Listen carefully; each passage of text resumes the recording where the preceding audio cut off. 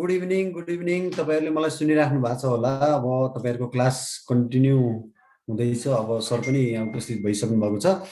अरु साथीहरु जोइन हुँदै हुनुहुन्छ। अब हिजो चाहिँ अलिकति ढिला हुँदाखेरि पनि साथीहरुले टाइममा गर्नु पर्यो भन्नुभएको थियो, तर आज एकदम जम्मा 26 जना मात्र आइपुग्नु भएको छ। तैपनि हामी अब क्लास चाहिँ सुरु गरिहाल्नु पर्यो।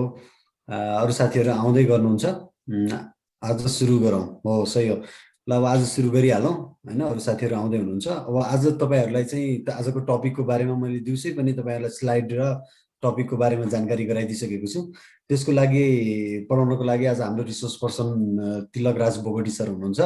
उहाँले तपाईहरुलाई आजको क्लास गर्नुहुनेछ। तिलक सर, मैले हजुरलाई आस्क टु अनम्युट गरेछु सर। त्यसलाई अनम्युट गरिदिनु त प्लिज। सुनिराख्नु भएको छ सर?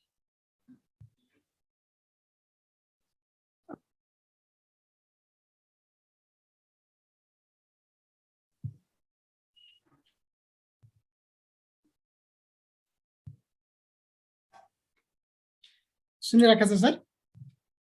सुनिराखेको छ सर। अब सुरु गर्दा हुन्छ सर।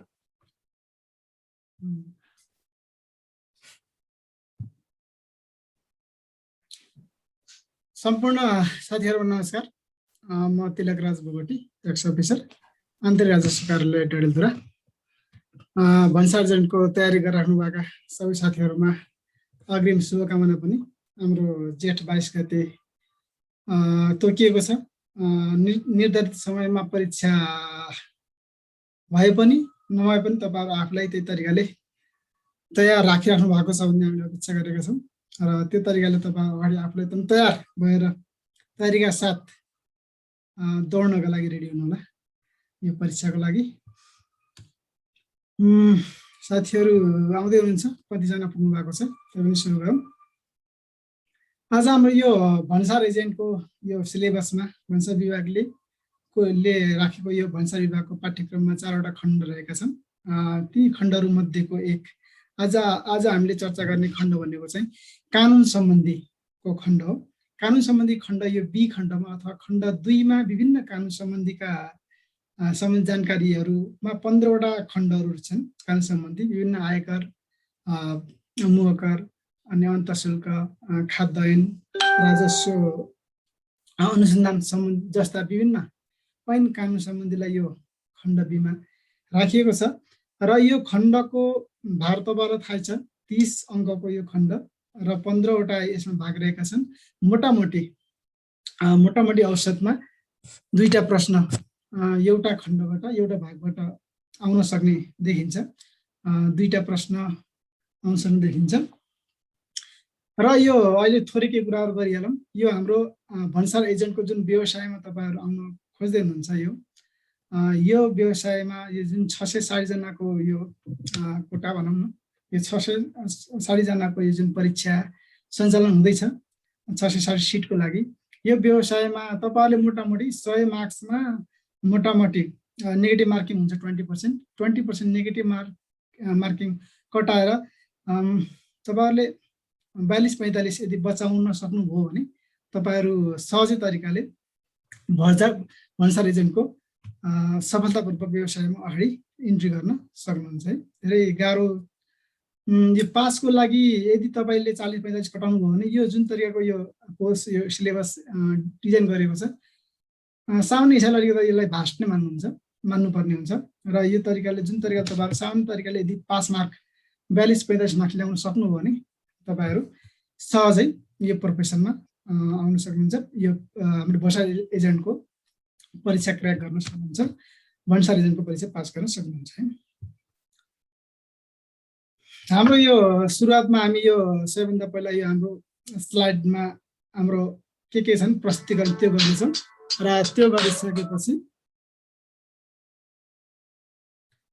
त्यो गरिसकेपछि हामी अन्तिममा बीचमा तपाईहरुलाई केही जिज्ञासा छ भने सोध्दा पनि हुन्छ, नत्र अन्त्यमा हामी प्रश्न उत्तर तपाईहरुको जिज्ञासा समाधान गर्न कोसिस गर्नेछौँ। हामी डिस्कसन गर्नेछौँ यो मूल्य अवधि कर ऐन 2052, मूल्य अवधि कर नियमावली 2053 अथवा योसँग कानुनसँग सम्बन्धित अन्य केही कुराहरु छन्, हामी त्यो सम्बन्धी डिस्कस गर्नेछौँ। अब हामी सुरु गरौँ है त।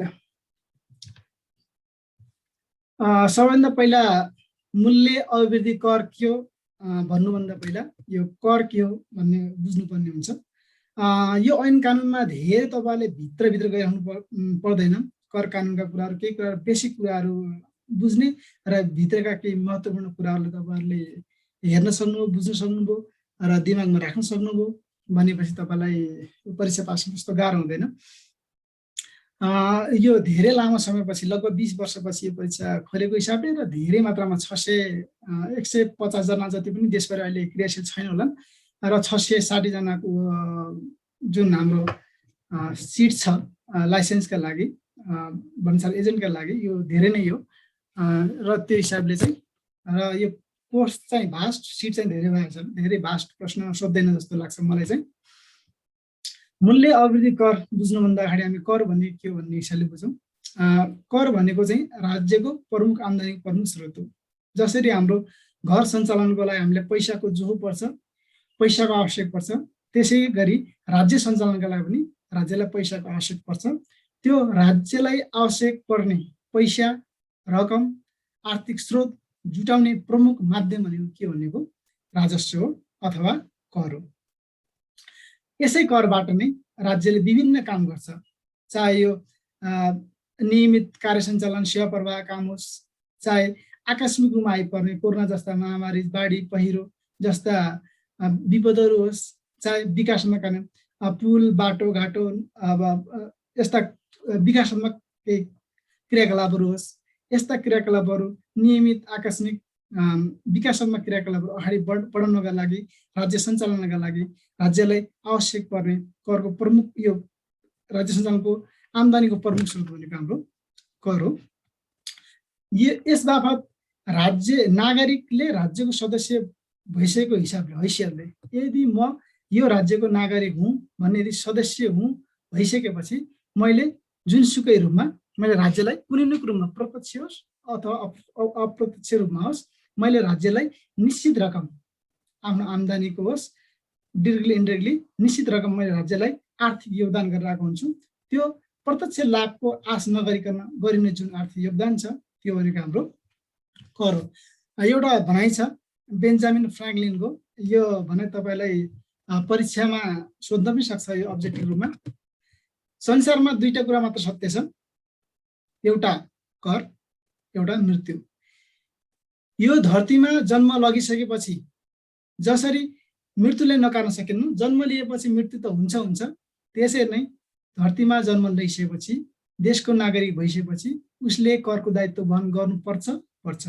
यो संसारमा दुईटा कुरा मात्र सत्य छन्, एउटा ट्याक्स एउटा डेथ भनेको हाम्रो बेन्जामिन फ्र्याङ्कलिन हाम्रो दार्शनिकले भन्नुभएको छ। यो पनि तपाईँहरूले ख्याल गरेर राख्नु होला। यसरी यो अघि भने यसमा प्रत्यक्ष लाभ गर्दैन र भुक्तान गरिरहेको हुन्छ। जसरी भनौँ मैले आम्दानी गर्छु, म जागिर गर्छु, मैले निश्चित रकम ल सामाजिक सुरक्षा कर होस् चाहे यो ट्युसन पढाएको पारिश्रमिकहरू होस् यो बाबतको निश्चित रकम मैले राज्यलाई दिन्छु। यो राज्यलाई मैले निश्चित रकम दिइसकेपछि ल मैले 100 रुपैयाँमा 1 रुपैयाँ दिएँ, मैले 100 रुपैयाँमा पारिश्रमिक कर मार्फत 15 रुपैयाँ दिएँ, अब मैले 15 रुपैयाँको राज्यले मलाई के दियो खै भनेर मैले अहिले तत्काल प्रत्यक्ष रूपमा आश गर्दिनँ, खोजी मैले गर्दैन। यो अनिवार्य रूपमा अथवा एकहोरो कोषको ट्रान्सफर भनेको के भन्दाखेरि कर राजस्व हो। यो प्रत्यक्ष अथवा अप्रत्यक्ष रूपमा राज्यका प्रत्येक नागरिकले प्रत्येक उपभोक्ताले वहन गर्नुपर्ने हुन्छ। म अथवा कोही पनि प्रोफेसनमा छ उसले आम्दानी गर्छ र उसले कर तिर्छ भन्ने मात्र होइन, कुनै पनि पेसा रोजगार आम्दानी नगर्नेले पनि अप्रत्यक्ष रूपमा उसले करको दायित्व निर्वाह गरिरहेको हुन्छ। जस्तै एउटा एक्सोलेट मान्छे छ, एउटा कुनै पनि व्यक्ति छ, ऊ पनि कुनै पनि प्रोफेसनमा आम्दानीमा छैन, अथवा सानो एउटा बालक भनौँ न 10 वर्षको बालक छ, ऊ पनि कुनै पनि आम्दानीमा कुनै प्रोफेसनमा छैन, तर उसले यदि लुगा किन्न गएपछि उसले अप्रत्यक्ष रूपमा त्यो लुगामा भ्याट होला अथवा आयकर होला अथवा अन्य कुराहरू चाहिँ त्यसमा मिसिरहेको हुन्छ। मूलत त्यो भ्याटमा दर्ता छ भने भ्याटमा रहेको 13% पनि त्यो खरिद सँगसँगै आएको हुन्छ। अप्रत्यक्ष रूपमा त्यसले भ्याटको भुक्तानी गरेको हुन्छ। र अर्को कुरो के हो भन्दाखेरि यो कानुन बमोजिम मात्र उठाउन पाइन्छ। यो सरकारले ल आज म यति भ्याट लिन्छु पछि यति भ्याट लिन्छु भन्न पाइँदैन। संसदबाट आर्थिक ऐन मार्फत कानुनबाट संशोधन गरेर कति राज्यलाई भ्याटको दर कति गर्ने, दायरा कति गर्ने, कति असुल उपर गर्ने, राज्यको क्षमता के छ, त्यसको आधारमा निश्चित कानुन बमोजिम मात्रै उसले कर उठाउन सक्छ। नेपालको संविधानमा भन्ने हो भने भ्याट 13% लगाइएको छ। र अर्को कुरा भनिहालौँ, यो भ्याट भनेको सङ्घीय सरकारको अधिकार क्षेत्र अन्तर्गत पर्ने विषय हो। भनिहाले फेरि यो पनि अब ख्याल गर्नु, यो पनि अब्जेक्टिभमा सोध्न सक्छ। यो हाम्रो भ्याट पढ्दैछौँ यसरी, भ्याट, अन्तशुल्क, आयकर, संस्थागत आयकर, यस्ता चिजहरू चाहिँ जहिले पनि केन्द्रीय सरकारले उठाउँछ, सङ्घीय सरकारले उठाउँछ। हाम्रो वर्तमान संविधानको अनुसूची 5मा 9 नम्बर बुँदामा चाहिँ यो भ्याटलाई चाहिँ सङ्घीय सरकारको कार्यक्षेत्र अन्तर्गत राखिएको छ। यो पनि तपाईँहरूले पछि संविधान पनि पढ्नु नै हुन्छ होला, यो पनि तपाईँहरूले ख्याल गर्नु होला। अब्जेक्टिभमा सोध्न सकिने प्रश्न हो है। अब सरकारले किन कर लगाउँछ, अघि पनि धेरै कुराहरू भनियो। जसरी घर सञ्चालनका लागि पैसाको जो आवश्यक पर्छ, त्यसरी राज्य सञ्चालनका लागि पनि सरकारले पैसाको जो गर्नुपर्ने हुन्छ। त्यसको लागि राज्यले के गर्छ भन्दाखेरि राजस्व सङ्कलन अथवा कर सङ्कलन गर्ने गर्दछ। किन गर्छ भन्दाखेरि 1 नम्बरमा हेरौँ, हामीले जे महत्त्वपूर्ण बुदाहरू हो, जे हामीले नोटिस गर्नुपर्ने, याद गर्नुपर्ने कुराहरू हो, त्यो हामीले हाइलाइट गरेको अवस्था छ। त्यो तपाईँहरूले नोटिस गर्नु होला। र यी धेरै कुरा पछि ह्यान्डसलमा पनि पाइहाल्नुहुन्छ है त। 1 नम्बरमा छ कर राजस्व सङ्कलन गर्नको लागि, कर सङ्कलन गर्नका लागि सरकारले कर लगाउँछ अथवा आम्दानी जुटाउनको लागि, नियमित काम, आकस्मिक अथवा विकासात्मक कार्यहरू सञ्चालन गर्नका लागि, सेवा प्रवाह गर्नका लागि, विकासात्मक गतिविधि सञ्चालन गर्नका लागि, कोरोना, बाढी पहिरो जस्ता आकस्मिक अपरझट आइपर्ने क्रियाकलापहरूबाट पार लगाउनको लागि सरकारले पैसाको जो गर्छ। त्यसैको लागि सरकारले कर लगाउने हो। अर्को सामाजिक न्याय काम गर्न, राज्यका सदस्यहरू भनेका नागरिकहरू कोही धनी हुन्छन्, कोही गरिब हुन्छन्, कोही हुने खाने हुन्छन्, कोही हुँदा खाने हुन्छन्। उनीहरूको वर्ग बिचमा चाहिँ ग्याप हुन्छ, खाडल हुन्छ। कसँग पैसा हुन्छ, कसँग पैसा हुँदैन। त्यो जुन गरिबीको खाडल छ, त्यो हुँदा खाने र हुने खाने बिचको खाडललाई कम गर्नका लागि, न्यूनीकरण गर्नका लागि, समतामूलक समाज, सबै समान समतामूलक समाज निर्माण गर्नका लागि, सामाजिक न्याय काम गर्नको लागि पनि सरकारले कर लगाउने गर्छ। सरकारको उद्देश्य के हुन्छ भन्दाखेरि धनी पैसा हुनेको खल्तीबाट चाहिँ पैसा लिने र पैसा नहुनेको खल्तीमा गएर राज्यले पैसा राख्ने। इक्जाम्पलको लागि भनौँ, जो आम्दानीमा आर्थिक क्रियाकलापमा संलग्न छ, जसले मुनाफा गर्छ, उसबाट चाहिँ राज्यले पैसा आयकर, मुहकर, अन्तशुल्क, विभिन्न अन्य शुल्क मार्फत पैसा कर मार्फत लान्छ। र अनि जो एकल महिला छन् उनीहरूलाई भत्ताको रूपमा बाँड्नुपर्ने हुन्छ, ज्येष्ठ नागरिक छन् उनीहरूलाई भत्ताको रूपमा बाँड्नुपर्ने हुन्छ। यी जुन भत्ताको रूपमा जससँग आम्दानी स्रोत छैन, कमजोर वर्ग छ, निमुखा वर्ग छ, अशक्त वर्ग छ, उनीहरूलाई चाहिँ के गर्छ, राज्यले दिने गर्छ। हुनेको खल्तीबाट राज्यले पैसा झिक्ने र नहुनेको खल्तीमा लगेर राज्यले पैसा राखिदिने गर्छ। यसरी सामाजिक न्याय काम गर्न, यसरी गरिबी बिचको खाडल न्यूनीकरण गर्न पनि राज्यले कर लिन्छ। अनि अरू कुराहरू छन्, हाम्रो उत्पादनहरू, यस्ता उत्पादनहरू जुनहरू मानव स्वास्थ्यलाई चाहिँ नकारात्मक असर पर्छ, वातावरणीयमा नकारात्मक असर पर्छ, वातावरणीय ह्रास गर्छ, यस्ता चिजहरूलाई चाहिँ एकैचोटि हरेक हिसाबले रोक्न सकिँदैन, तर न्यूनीकरण गर्नुपर्ने भन्ने चाहिँ हुन्छ। यस्ता चिजहरूको न्यूनीकरण अथवा खपत कम होस् भन्ने ध्येयका लागि पनि राज्यले यस्ता नकारात्मक चिजहरू जस्तै मदिरा, गुटखा, सुर्ती, दारू यस्ता चिजहरूमा चाहिँ अथवा चाहिँ लग्जरियस गुड्स, धेरै विलासिताका सामानहरू, यस्तामा चाहिँ धेरैभन्दा धेरै सरकारले अन्तशुल्क, भ्याट, कर लिने उद्देश्य हुन्छ, ताकि यिनीहरूको खपतमा कम होस्, ताकि मानव स्वास्थ्य जोखिम र वातावरण जोखिम पर्ने चिजहरूको चाहिँ खपत कम होस् र यिनीहरूको नकारात्मक असरहरू न्यूनीकरण होस् भन्ने दिएको हुन्छ एउटा। र अर्को छ एउटा सम्बन्ध सेतु, सरकार र नागरिकलाई को सम्बन्ध जोड्ने एउटा पुलको रूपमा पनि कर रहेको हुन्छ। जब राज्यको सदस्यको हिसाबले, नागरिकको हैसियतले जब नागरिकले, जनताले कर दिन्छन् सरकारलाई, अनि बल्ल उनीहरूले आफ्नो अधिकारको माग गर्न सक्छन्, दबावको अधिकार सिर्जना गर्न सक्छन्। हामीले धेरै भनेको सुनेकै छौँ, खै कर तिर्ने, यो गर्ने, त्यो गर्ने, हामीले अब भ्याक्सिन छैन, खोप छैन, यस्तो अवस्थामा पनि सरकारले यस्तो गतिविधि देखाइरहेको छ। यी सामान्य कुराहरू भए जुन हामी सुनिरहेका हुन्छन्। जब हामीले कर आर्थिक दायित्व पुरा गर्छौँ बल्ल सरकारलाई पनि सरकारको दायित्व पुरा गर्नुपर्छ भनेर हामी दबाब दिन सक्छौँ। त्यो हामी दबाबको अधिकार सिर्जना गर्ने र सरकार र नागरिक सम्बन्ध जोड्ने पुलको रूपमा पनि हाम्रो सरकारले कर लगाउने गर्दछ। अब भ्याट मूल्य अवधि करको परिचयतर्फ लागौँ। यो नामबाटै प्रश्न छ, मूल्य अवृद्धि कर, मूल्यमा भएको अभिवृद्धि, मूल्यमा भएको बढोत्तरी है। एउटा मूल्यबाट बिक्री गर्ने क्रममा पक्कै पनि मूल्य बढाइदिन्छ। त्यो बढाएको मूल्यमा कति मूल्य वृद्धि भयो, त्यो वृद्धिमा लाग्ने जति कर लगाइन्छ त्यो कर भनेको मूल्य अवृद्धि कर हो। जस्तै 100 मा मैले सामान खरिद गरेँ, म एउटा कपडा पसल एउटा व्यापारी हुँ, भ्याटमा दर्ता छु म, एउटा फेन्सी पसल छ मेरो। मैले एउटा सामान 100 को सामान मैले खरिद गरेँ र मैले 100 लाई 120 बनाएँ। सबै मुनाफा प्रशासन खर्च 120 बनाएपछि बढोत्तरी कति भयो भन्दाखेरि 20 भयो। हो, त्यो बढोत्तरी भएको वृद्धि भएको जुन 20 छ त्यो 20 मा लाग्ने कर अथवा 13% भनेको के भन्दाखेरि मूल्य अवृद्धि कर हो। यो मूल्यमा भएको बढोत्तरी, मूल्यमा भएको अवृद्धिमा लाग्ने कर भएकोले नामबाट प्रश्न यसलाई भन्छ मूल्य अवृद्धि कर। यो उपभोगमा आधारित छ। जुन व्यक्तिले वस्तुको अथवा सेवाको उपभोग गर्छ उसले नै त्यो मूल्य अवधि करको भुक्तान गर्नुपर्ने हुन्छ। यसर्थ के देखियो भन्दाखेरि उपभोग गर्ने भने उपभोक्ता, यसर्थ करको वास्तविक कर मूल्य अवधि कर बुझाउने दायित्व कसमा जाने भन्दाखेरि उपभोक्तामा जाने भयो। यो वस्तुमा लाग्छ र सेवामा, वस्तु र सेवा दुवैमा मूल्य अवधि कर लाग्ने हाम्रो ऐनमा व्यवस्था छ। यसमा लाग्ने अर्कोमा नलाग्ने भन्ने हुँदैन। मैले कपडा किने वस्तु हो, त्यो पनि दर्ता छन्, त्यसमा भ्याट असुल गर्नुपर्छ। एउटा पर्यटनको सेवा छ अथवा होटल रेस्टुरेन्टको सेवा दिन्छ छ भने त्यसमा सेवा हो, सेवा पनि भ्याट लाग्ने गर्छ। र यो अप्रत्यक्ष कर हो। अप्रत्यक्ष कर भनेको, प्रत्यक्ष कर भनेको जसलाई कर लगाइयो उसैले तिर्छ, त्यो प्रत्यक्ष कर हो। जसलाई कर लगाइयो उसैले तिर्छ।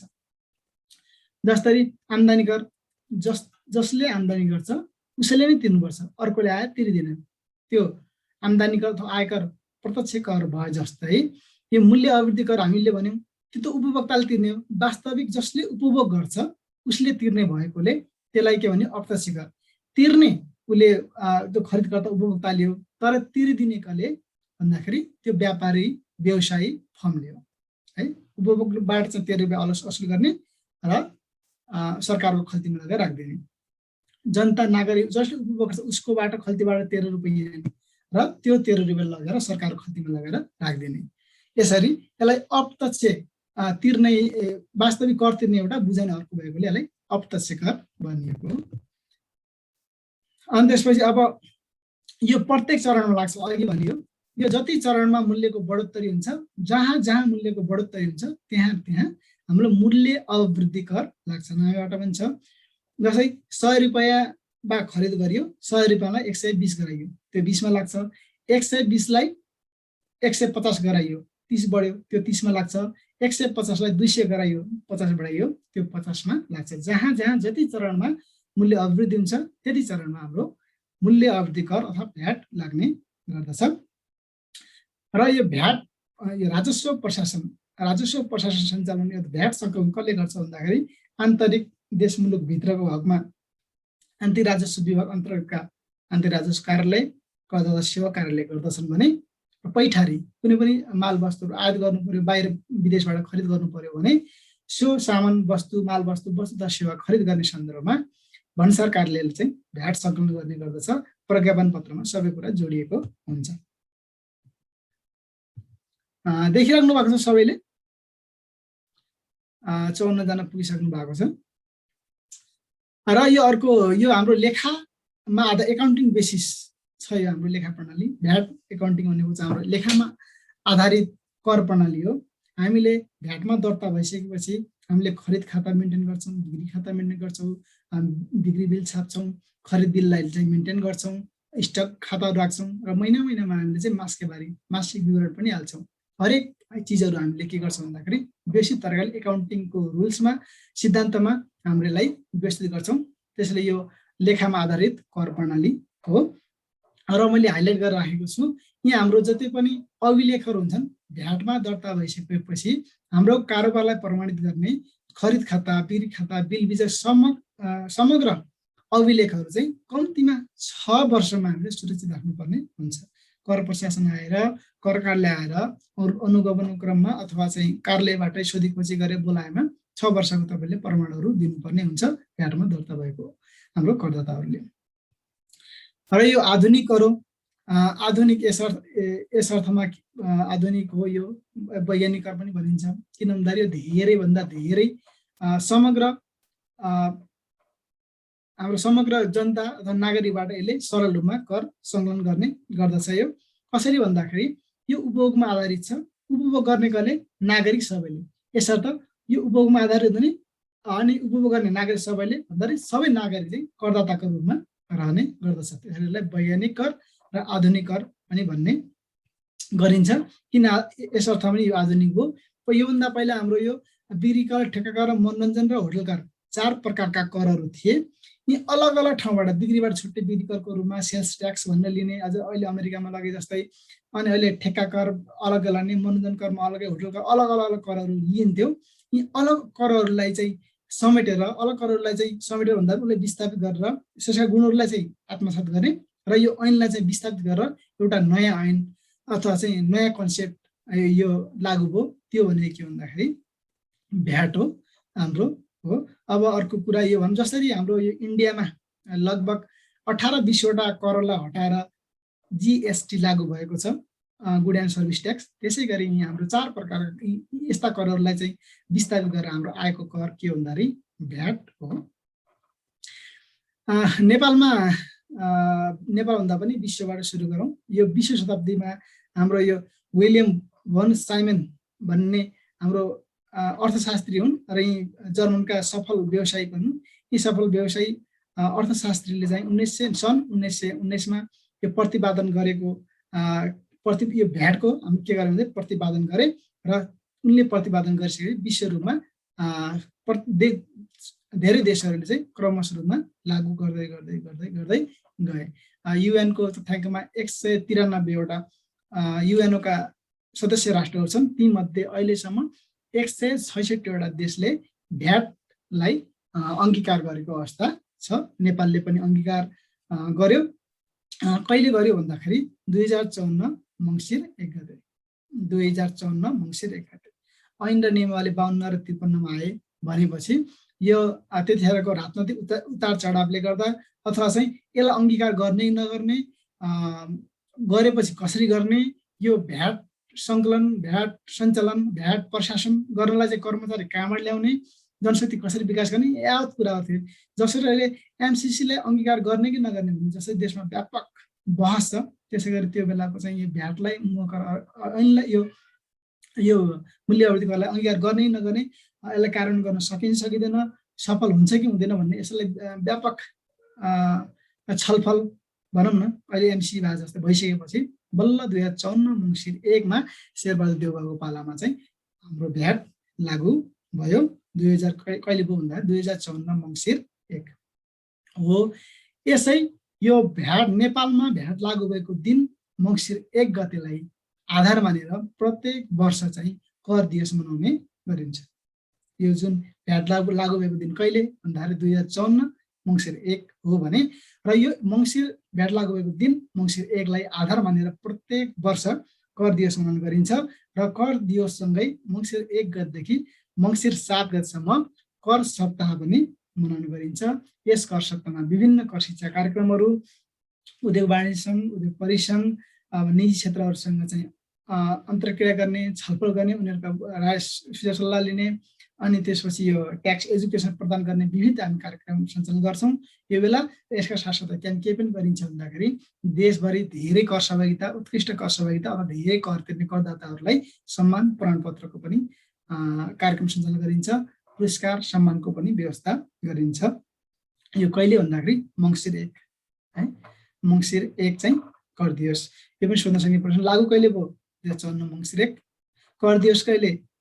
मङ्सिर 1। कर दिवस कहिले मनाइन्छ? मङ्सिर 1।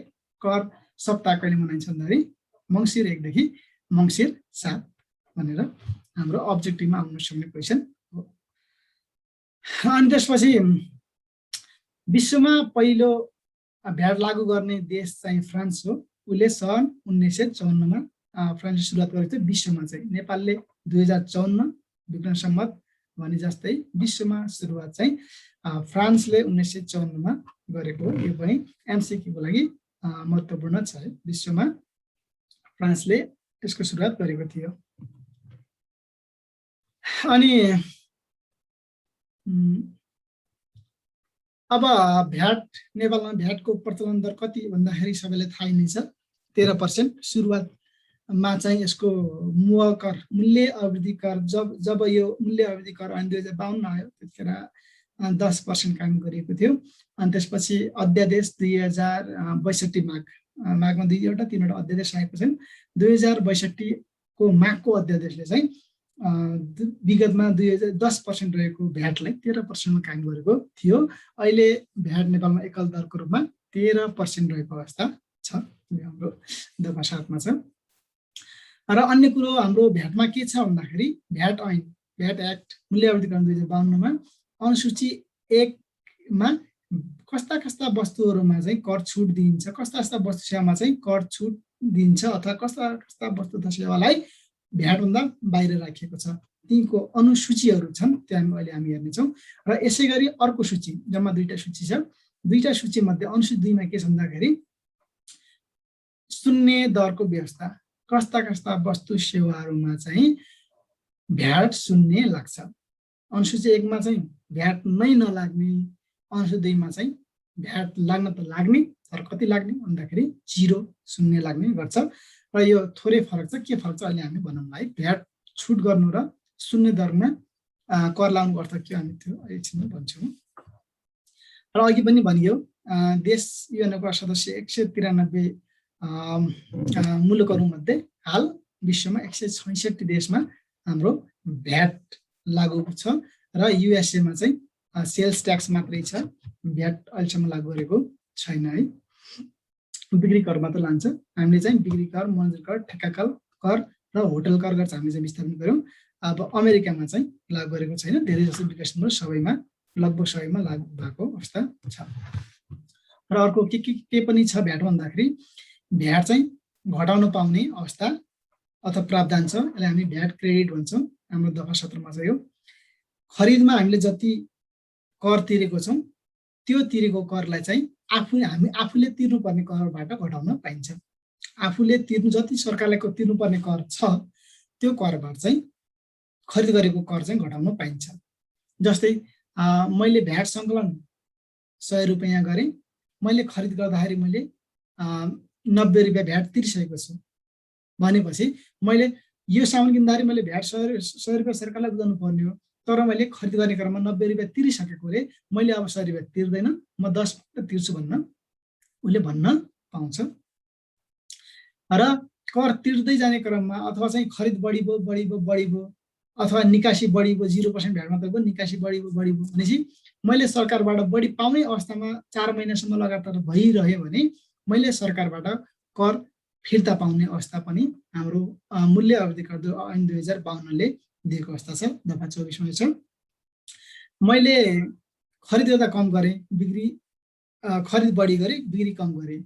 अब मसँग सरकारबाट पाउन रह्यो। अथवा चाहिँ मैले खरिद गर्ने बेला मैले भ्याट मैले तिरेको थिएँ तर निकासी मैले विदेश गरेँ, विदेश गरे त भ्याट लाग्दैन भन्दाखेरि मैले पाउनु पर्ने पैसा देखियो। त्यो पाउनु पर्ने पैसा देखिरहेको अवस्थामा चाहिँ 4 महिनासम्म माइनस यसलाई हामी क्रेडिट भन्छौँ। क्रेडिट पनि सरकारसँग पाउन सक्छ भन्ने कुरा यो हाम्रो भ्याट ऐनले दफा 24 मा व्यवस्था गरेको छ हैन।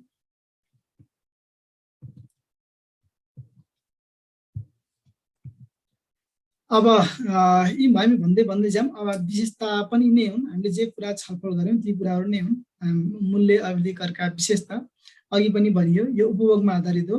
जहाँ उपभोग हुन्छ त्यहाँ भ्याट लाग्छ। यसर्थ उपभोग गर्ने भनेका सम्पूर्ण जनता नागरिक, यसर्थ सम्पूर्ण नागरिक भनेका भ्याटको आँखाले हेर्दाखेरि सबै करदाता हुन्छन्। र वस्तुतः सेवा दुवैमा लाग्छ। वस्तु अलग्गै सेवा अलग्गै, सेवा मात्र लाग्ने, वस्तुमा नलाग्ने, वस्तुमा लाग्ने, सेवामा नलाग्ने भन्ने हुँदैन। यसको कारोबार प्रकृति, यसको थ्रेसहोल्डको आधारमा भ्याटमा दर्ता छ भने वस्तु तथा सेवा दुवैमा लाग्छ। र अर्को एउटा महत्त्वपूर्ण छ, यसमा हाइलाइट गर्दा हुन्छ, यो करमाथि कर नलाग्ने भन्ने छ। यो यसको सुन्दर पक्ष हो। एउटा सुन्दर पक्ष यो हाम्रो भ्याट फिर्ता पाइने सुन्दर पक्ष, क्रेडिटको सुविधा एउटा राम्रो पक्ष भने जस्तै यो करमाथि कर लाग्दैन। त्यसैले पनि अघि हामीले आधुनिक भन्यौँ, वैज्ञानिक भन्यौँ।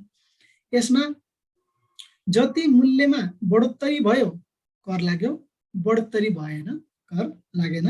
र करमाथि कर भ्याटको सन्दर्भमा लाग्दैन। यसलाई क्यास्केडिङ इफेक्ट भनिन्छ। यो क्यास्केडिङ इफेक्ट भनेको जस्तै 100 मा सामान खरिद गरियो, मैले सबै कुराहरू त्यसमा जोड्छु, ढुवानी जोड्छु, मुनाफा जोड्छु, प्रशासनिक खर्च जोड्छु, अन्य ज्यालासाला त्यो जोड्छु, र मैले 100 को खरिद गरेँ, मैले मूल्य त्यसलाई 150 कायम गरेँ। 100 रुपियाँ खरिद, 50 रुपियाँ अन्य चिज 150 कायम गरेँ। अब त्यसमा 50 रुपियाँमा कर लाग्छ। अब अनि मैले कायम 150 भयो, मैले अर्कोलाई बेचेँ, अर्कोले पनि 150 किनेकोलाई 180 गर्यो भनेपछि 180 मा कर लाग्दैन, 30 रुपियाँ मात्रै कर लाग्छ। 180 सम्म त्यसले फेरि अर्कोलाई बेच्यो, 180 बाट 200 मा अर्कोलाई बेच्यो, 200 भयो, 200 मा कर लाग्दैन। 220 रुपियाँ जुन वृद्धि भएको छ त्यसमा कर लाग्छ। प्रत्येक चरणको वृद्धिमा ओभरअल पैसामा कर लाग्दैन। जति बढोत्तरी वृद्धि भयो त्यसमा मात्र कर लाग्छ। यसलाई भन्छ करमाथि कर लाग्दैन है। क्यास्केडिङ इफेक्ट छ यसको सुन्दर पक्ष पनि यो। अब कर क्रेडिट सुविधा। कर क्रेडिट सुविधा भनेको खरिदमा तिरेको कर घटाउन पाउने। आफूले राज्यलाई तिर्नुपर्ने करमा खरिदमा जति कर तिरिएको छ खरिद गर्ने क्रममा त्यो करलाई घटाउन पाइन्छ। यसलाई भन्छ कर क्रेडिट सुविधा। यो दफा 17 मा हाम्रो ऐनले व्यवस्थित गरेको छ। र पुँजीगत वस्तुमा समेत मैले एउटा व्यवसाय सञ्चालन गर्ने क्रममा मलाई कम्प्युटर आवश्यक पर्ला, फर्निचर आवश्यक पर्ला, फिक्सर आवश्यक पर्ला, दराजहरू आवश्यक पर्ला, यिनीहरू पनि टेबल, कुर्सी, कम्प्युटर, ल्यापटप यिनीहरू खरिद गर्ने क्रममा पनि त्यसमा पनि भ्याट तिरेको हुन्छ हो। त्यो त्यस्ता पुँजीगत चल अचल सम्पत्तिमा, पुँजीगत वस्तुमा पनि यदि कर तिरेको छ भने, भ्याट तिरेको छ, त्यो समेत घटाउन पर्ने व्यवस्था हाम्रो ऐनले गरेको अवस्था छ। अनि कर फिर्ता सुविधा अघि पनि भनियो। धेर लामो समयसम्म पहिला 6 महिना थियो, अहिले 4 महिना, लगातार 4 महिनासम्म माइनस अथवा क्रेडिट अथवा सरकारबाट पाउने पैसा पाउने बढी रहिरह्यो भने कर कार्यालयमा निवेदन दिएर कर फिर्ता पनि पाउन सक्छ। दफा 24 मा व्यवस्था छ। र अर्को छ कर छुटको व्यवस्था। कर छुटको व्यवस्था पनि छ। हाम्रो यो मूल्य अवधि कर ऐनमा 2टा अनुसूची रहेका छन्। एउटा अनुसूची 1, यसमा के छ भन्दाखेरि कुनै प्रस्ताव वस्तुहरू तथा सेवामा भ्याट छुट गरिएको छ अथवा भ्याटभन्दा बाहिर राखेको छ, ती सूचीहरू हामी अहिले हेर्नेछौँ। त्यो कर छुटका वस्तु सेवाको निश्चित वस्तुहरूमा छुट दिने अथवा भ्याटको दायराभन्दा टाढा राख्ने व्यवस्था पनि ऐनले गरेको अवस्था छ। र यो अप्रत्यक्ष कर हो, गन्तव्य सिद्धान्तमा आधारित छ। अघि पनि भनियो अप्रत्यक्ष कर हो। मैले आम्दानी गर्छु, मैले तिर्नुपर्छ, प्रत्यक्ष हुन्छ। र एउटालाई भार पर्ने, प्रभाव अर्कोलाई पर्ने, दायित्व एउटामा सिर्जना हुने, तिर्ने अर्कोले हो भने त्यसलाई अप्रत्यक्ष कर भनिन्छ। जस्तै भ्याट जो उपभोग गर्छ उसले चाहिँ भ्याट तिर्छ, तर त्यो भ्याट तिरिदिन्छ कसले? सरकारले भन्दाखेरि व्यापारीले, व्यवसायले तिरिदिन्छ। उसबाट 13 रुपियाँ दिन्छ व्यापारले, आफ्नो खल्तीमा हाल्छ 25 दिनसम्म, र 25 दिनपछि लगेर सरकारले बुझाइदिन्छ। यसरी दायित्व एउटामाथि बुझाउने अर्कोले हो भने त्यसलाई भनिन्छ अप्रत्यक्ष कर। र यो गन्तव्य सिद्धान्तमा आधारित छ भनेको नै उपभोग नै हो। अन्तिममा जसले उपभोग गर्छ त्यो उपभोक्ताले वास्तविक करको दायित्व निर्वाह गर्ने भएकोले गन्तव्य सिद्धान्त, जहाँ जहाँ त्यो माल, वस्तु, सेवा जान्छ गन्तव्य स्थानमा उपभोग गर्छ, वास्तविक करदाता उयो हुन्छ भन्ने सिद्धान्त हो यो। र लेखा प्रणालीमा अघि पनि भनिसकियो, एकल दरको यो कर छ 13%। यो पनि हाम्रो भनिहाल्यो, दफा 7 मा छ यो। अब यो ऐनतर्फ छिरौँ बिस्तारै। हाम्रो मूल्य अवधि कर ऐन 2052 र यसमा के कस्ता व्यवस्थाहरू रहेका छन् यसपछि हामी मूल्य अवधि कर नियमावली 2053 र यसमा के कस्ता व्यवस्थाहरू छन्, यसमा सोध्न सक्ने सम्भावित प्रश्न, बहुवैकल्पिक प्रश्न, एमसिक्यूमा कस्ता प्रश्नहरू सोध्न सक्नेछन्, हामी त्यो हेर्दै हेर्दै जान्छौँ र अन्तिममा तपाईँहरूले एमसिक्यू मल्टिपल चोइस क्वेसनहरू पनि तपाईँहरूले नोटको रूपमा ह्यान्डआउटको रूपमा पाइहाल्नुहुन्छ है त।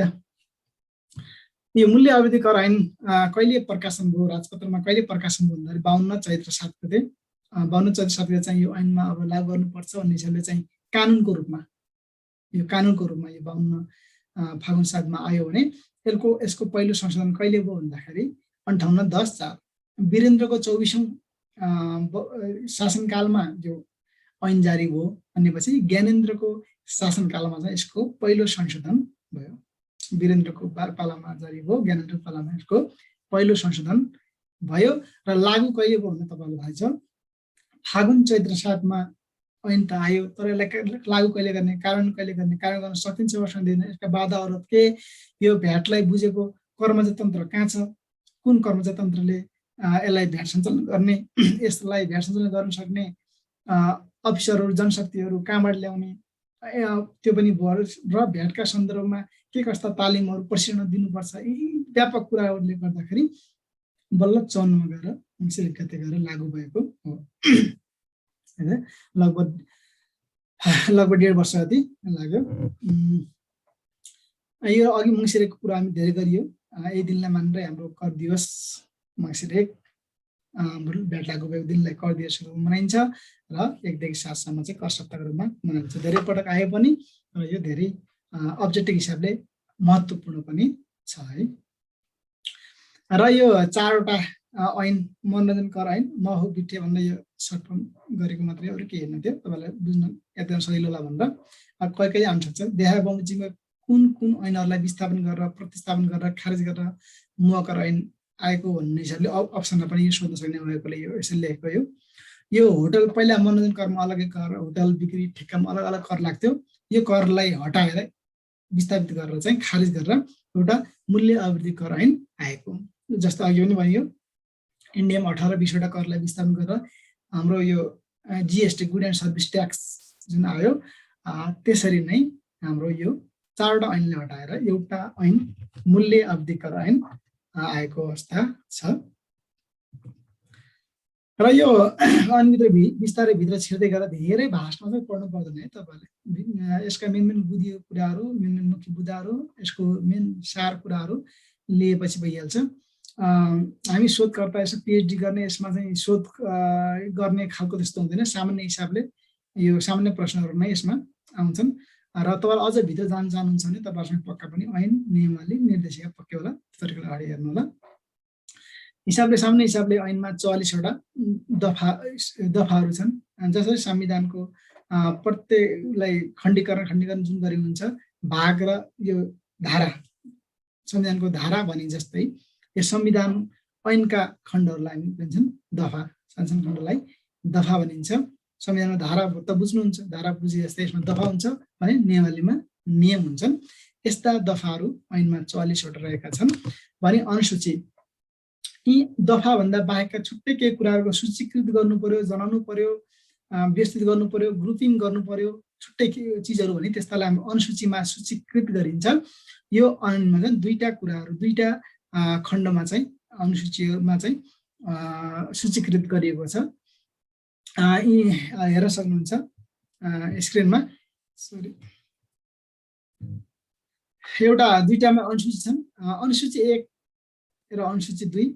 अनुसूची 1 मा कस्ता कस्ता चिजहरू छन् भने जो भ्याटको दायराभन्दा बाहिर छन् त्यस्ता वस्तु तथा सेवाहरू जसमा भ्याट लाग्दैन, त्यस्ता वस्तु तथा सेवाहरू जसको कारोबार जतिसुकै होस् त्यस्ताले भ्याटमा दर्ता हुनु पर्दैन। जतिसुकै कारोबार होस् त्यस्ताले चाहिँ भ्याट सङ्कलन गर्नु पर्दैन। भ्याटको दायराभन्दा पर राखिएको, भ्याटको क्षेत्राधिकारभन्दा बाहिर राखिएको, भ्याट सङ्कलन गर्नु नपर्ने यस्ताको जुन सूचीकृत वस्तु तथा सेवाको ग्रुपिङ गरेको अनुसूची सूची भनेको अनुसूची 1 मा हो। यसमा 13वटा समूहहरू रहेका छन्। अनुसूची 1 मा लगभग 13वटा समूह र 5-6 हजार भन्दा बढी त्यसमा वस्तु तथा सेवाहरूको चाहिँ लिस्ट छ। ती लिस्टहरूमा भ्याट लाग्दैन। त्यस्ता वस्तु तथा सेवाको कारोबार गर्नेले भ्याटमा दर्ता हुनु पर्दैन। र अनुसूची 2 मा के छ भन्दाखेरि शून्य दरमा कर लाग्ने वस्तु तथा सेवा। कर छुट्नेमा चाहिँ करको दायरा हुँदै पर राखिदियो अनि अनुसूची 2 मा के राख्यो भन्दाखेरि भ्याट त लाग्छ, तर कति लाग्छ भन्दाखेरि शून्य दर भ्याट लाग्छ। यो शून्य दर र कर छुट एउटै होइन र भने जस्तो देखिन्छ, तर हाम्रो भ्याटको यसको करको सन्दर्भमा फरक छ।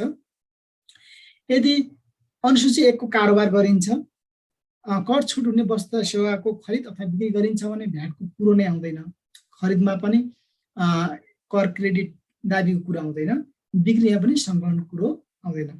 तर अनुसूची 2 मा सूचीकृत भएका वस्तु तथा सेवाको खरिदमा जति भ्याट लागेको छ, खरिद गर्ने क्रममा जति भ्याट लागेको छ त्यसलाई चाहिँ बिक्री गर्ने क्रममा अथवा निकासी गर्ने क्रममा 0% भ्याट लाग्छ। यसको अर्थ यसमा मेन फरक भने के हो भन्दाखेरि अनुसूची 2 का माल वस्तुमा खरिदमा तिरेको भ्याट दाबी गर्न पाइन्छ। अनुसूची 1 मा भ्याटको कुरो नै आउँदैन, कर क्रेडिटको कुरा आउँदैन, खरिदमा तिरेको कर क्रेडिटको कुरै आउँदैन। अनुसूची 2 मा खरिदमा तिरेको कर अथवा खरिद बिक्रीमा शून्य लाग्ला, तर खरिदमा तिरेको जति कर अथवा चाहिँ कच्चा पदार्थमा जति तिरेको जुन कर छ त्यसमा चाहिँ दाबी गर्न सक्छ। जस्तै भनौँ झोला निर्माण गर्नु छ, मेरो झोला व्यवसाय छ, झोला उद्योग छ भने मैले कच्चा पदार्थ मानौँ इन्डियाबाट मगाउने क्रममा भन्सार बिन्दुमा चाहिँ त्यसमा भ्याट लागेको हुन्छ, अन्त शुल्क अन्य लाग्ला, भ्याट लागेको हुन्छ।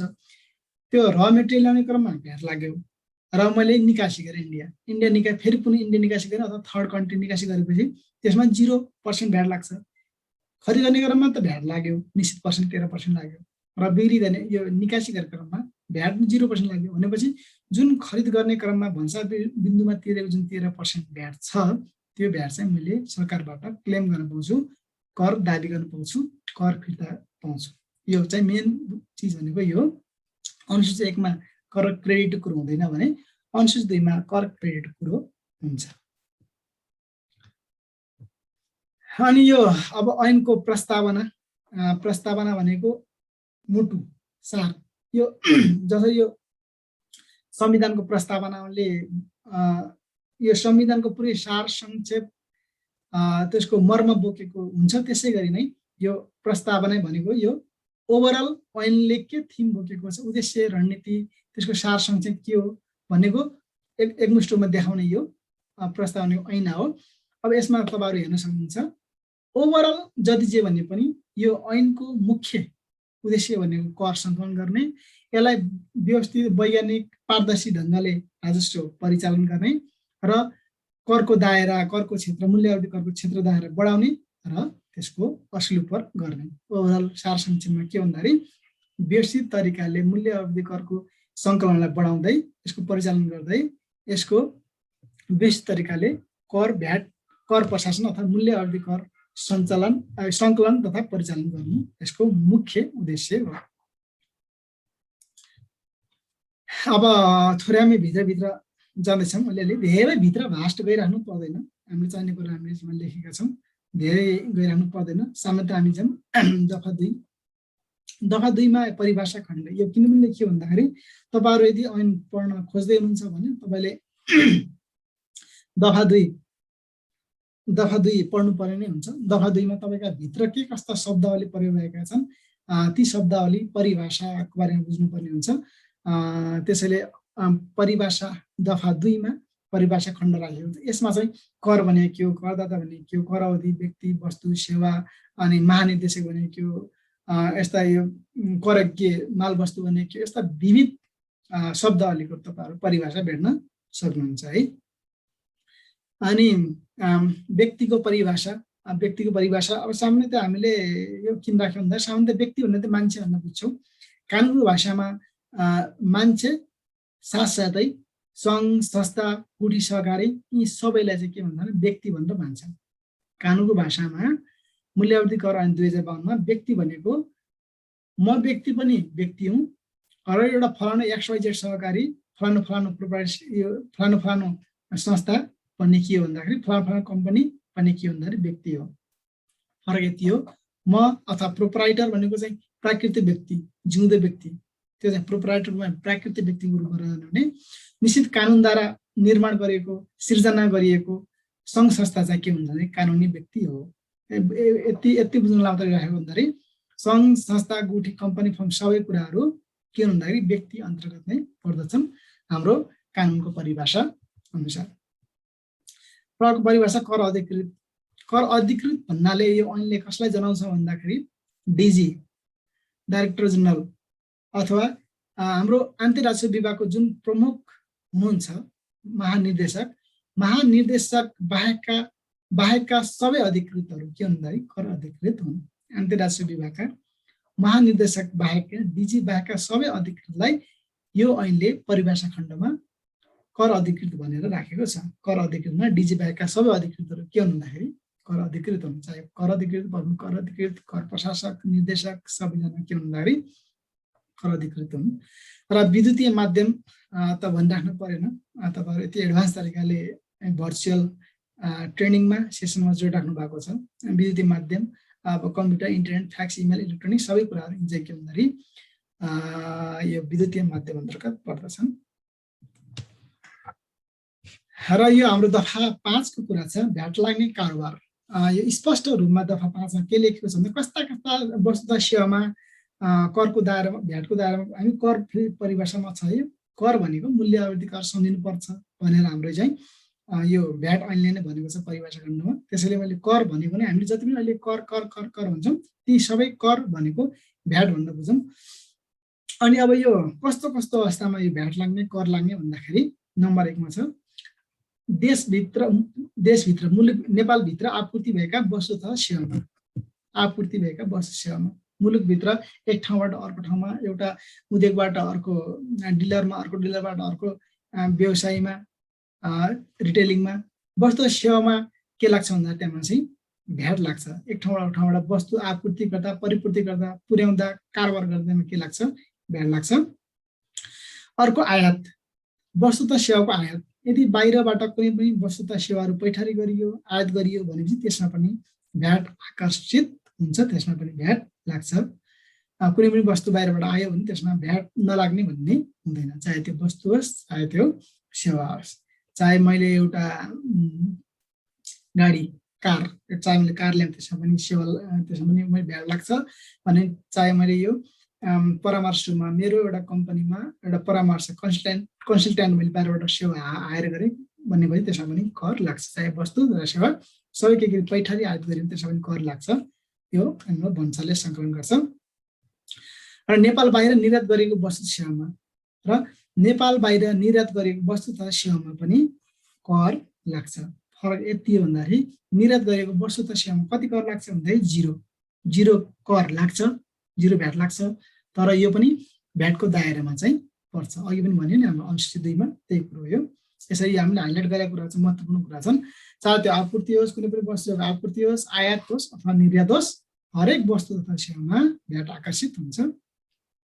तर हामीले बोर्डमा लेखेका छौँ तर अनुसूची 1 मा जति पनि वस्तु तथा सेवा छन् 13 वटा समूहका जति पनि 5-6 हजार भन्दा बढी वस्तु तथा सेवा छन् त्यस्तामा चाहिँ भ्याट आकर्षित हुँदैन, तिनीहरूलाई भ्याटको दायराभन्दा बाहिर राखिएको छ।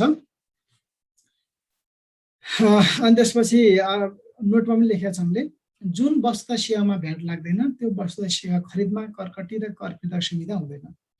जहाँ जहाँ भ्याट खरिदमा देखिन्छ त्यहाँ बिक्रीमा पनि देखिन्छ, त्यहाँ सरकारले बढी छ भने माग्न पाउँछ भनेको है। यदि खरिदमा भ्याट देखियो भने बिक्रीमा पनि भ्याट देखिन्छ, सङ्कलन गर्नुपर्छ र भ्याट फिर्ताको कुरो भ्याट क्रेडिट कुरो पनि आउँछ। यदि भ्याट सङ्कलन नै हुँदैन, यदि भ्याट नै लागेको छैन अथवा भ्याटभन्दा बाहिर छ भने खरिदमा नै भ्याट लागेको छैन भने बिक्रीमा पनि भ्याटको कुरा आउँदैन। सरकारबाट बढी छ भने फिर्ताको कुरो अथवा खरिदमा तिरेको करकट्टीको कुरो पनि आउँदैन भन्ने कुरो मात्रै, अन्य कुरा केही होइन यो। र यही करकट्टीको सुविधा दफा 17 र कर फिर्ताको सुविधा दफा 24 अघि पनि भनियो, महत्त्वपूर्ण पनि छ अब्जेक्टिभ हिसाबले एमसीक्यूको हिसाबले। यो खरिदमा तिरेको करलाई घटाउन पाउने सुविधा हो। यो करकट्टीको सुविधा भनेको खरिदमा तिरेको करलाई घटाउन पाउने सुविधा। जस्तै मैले कैलालीबाट मैले एउटा सामान किनेँ 100 रुपैयाँ, त्यो 100 रुपैयाँमा कति जोडिएको थियो भन्दाखेरि 13 रुपैयाँ भ्याट जोडिएर आयो। मैले बिल पाएँ, कतिको बिल पाएँ भन्दाखेरि 100 रुपैयाँको सामान प्लस 13% 13 गरेर जम्मा जम्मी मैले 113 रुपियाँ भुक्तानी गरेँ। 100 रुपियाँ त्यसमा मूल्य र 13% भएर जम्मा जम्मी मैले 113 रुपियाँ मैले मूल्य तिरेको थिएँ। अब मैले त्यो सामानलाई मैले बेच्नु पर्यो। मैले 113 लाई बेचेर 113 लाई सामानलाई मैले नाफा, यसको ढुवानी, यसको खर्च जोडेर मैले 200 पुगाएँ। 200 पुगाएँ र 200 प्लस 201 को 13% भएर 26 रुपियाँ जोडेर 226 मा मैले बेचेँ। 113 मा किने 226 मा बेचेँ भन्दाखेरि जुन 200 बेच्दाखेरिको 13% भ्याट 26 रुपियाँ छ नि, मैले सरकारलाई 26 रुपियाँ बुझाउनु पर्दैन। किन पर्दैन भन्दाखेरि मैले मेरो के सुविधा छ मलाई भन्दाखेरि मैले खरिद गर्दाखेरिको मैले जुन भ्याट 13 रुपियाँ तिरेको थिएँ त्यो 13 रुपियाँ मैले घटाउन पाउँछु। मैले 26 बाट मैले यसमा चाहिँ 13 रुपियाँ तिरिसकेको छु है खरिदमा नै भन्ने त्यो 13 घटाएर बाँकी बचेको 13 रुपियाँ मात्रै मैले सरकारको खल्तीमा राख्छु। 13 रुपियाँ मात्रै बुझाउँछु। यो खरिदमा तिरेको करलाई घटाउन पाउने जुन सुविधा छ त्यो कर कटिको सुविधा कतिमा व्यवस्थित गरिएको छ भन्दाखेरि मूल्य अवधि कर ऐनको 2052 को दफा 17 मा व्यवस्थित गरिएको छ र कर फिर्ताको सुविधा भनेको दफा 24 अघि पनि भन्यो लगातार 4 महिनाभन्दा बढी 4 महिना है, पहिला 6 महिना थियो, अहिले 4 महिना थियो। खरिद बिक्री गर्ने क्रममा अथवा कारोबार गर्ने क्रममा 4 महिनासम्म सरकारबाट पाउने पर्ने पैसा बढी देखिन्छ अथवा खरिदमा तिरेको कर बढी देखिन्छ भने उसलाई मिलान गर्ने मिलान गर्दा पनि उसले 4 महिनासम्म लगातार पाउनु पर्ने पैसा बढी देखिन्छ भने उसले कर फिर्ता माग्न सक्छ। कर कार्यालयमा गएर निवेदन दिने, आफ्ना प्रमाणहरू बुझाउने, ती प्रमाणको आधारमा कर कार्यालयले कर फिर्ता दिन्छ। यो सुविधा पनि हाम्रो आर्थिक मूल्य अवधि ऐन 2052 दिएको छ। यो पनि हाम्रो करकट्टी, कर फिर्ता, यो करमाथि कर नलाग्ने जस्ता विविध कुराहरू चाहिँ हाम्रो भ्याटका सुन्दर पक्षहरू हुन्। अनि अर्को छ यो कर अधिकृत नियुक्ति गर्न वा तोक्न सक्ने अधिकार कसलाई छ भन्दा नेपाल सरकारलाई छ।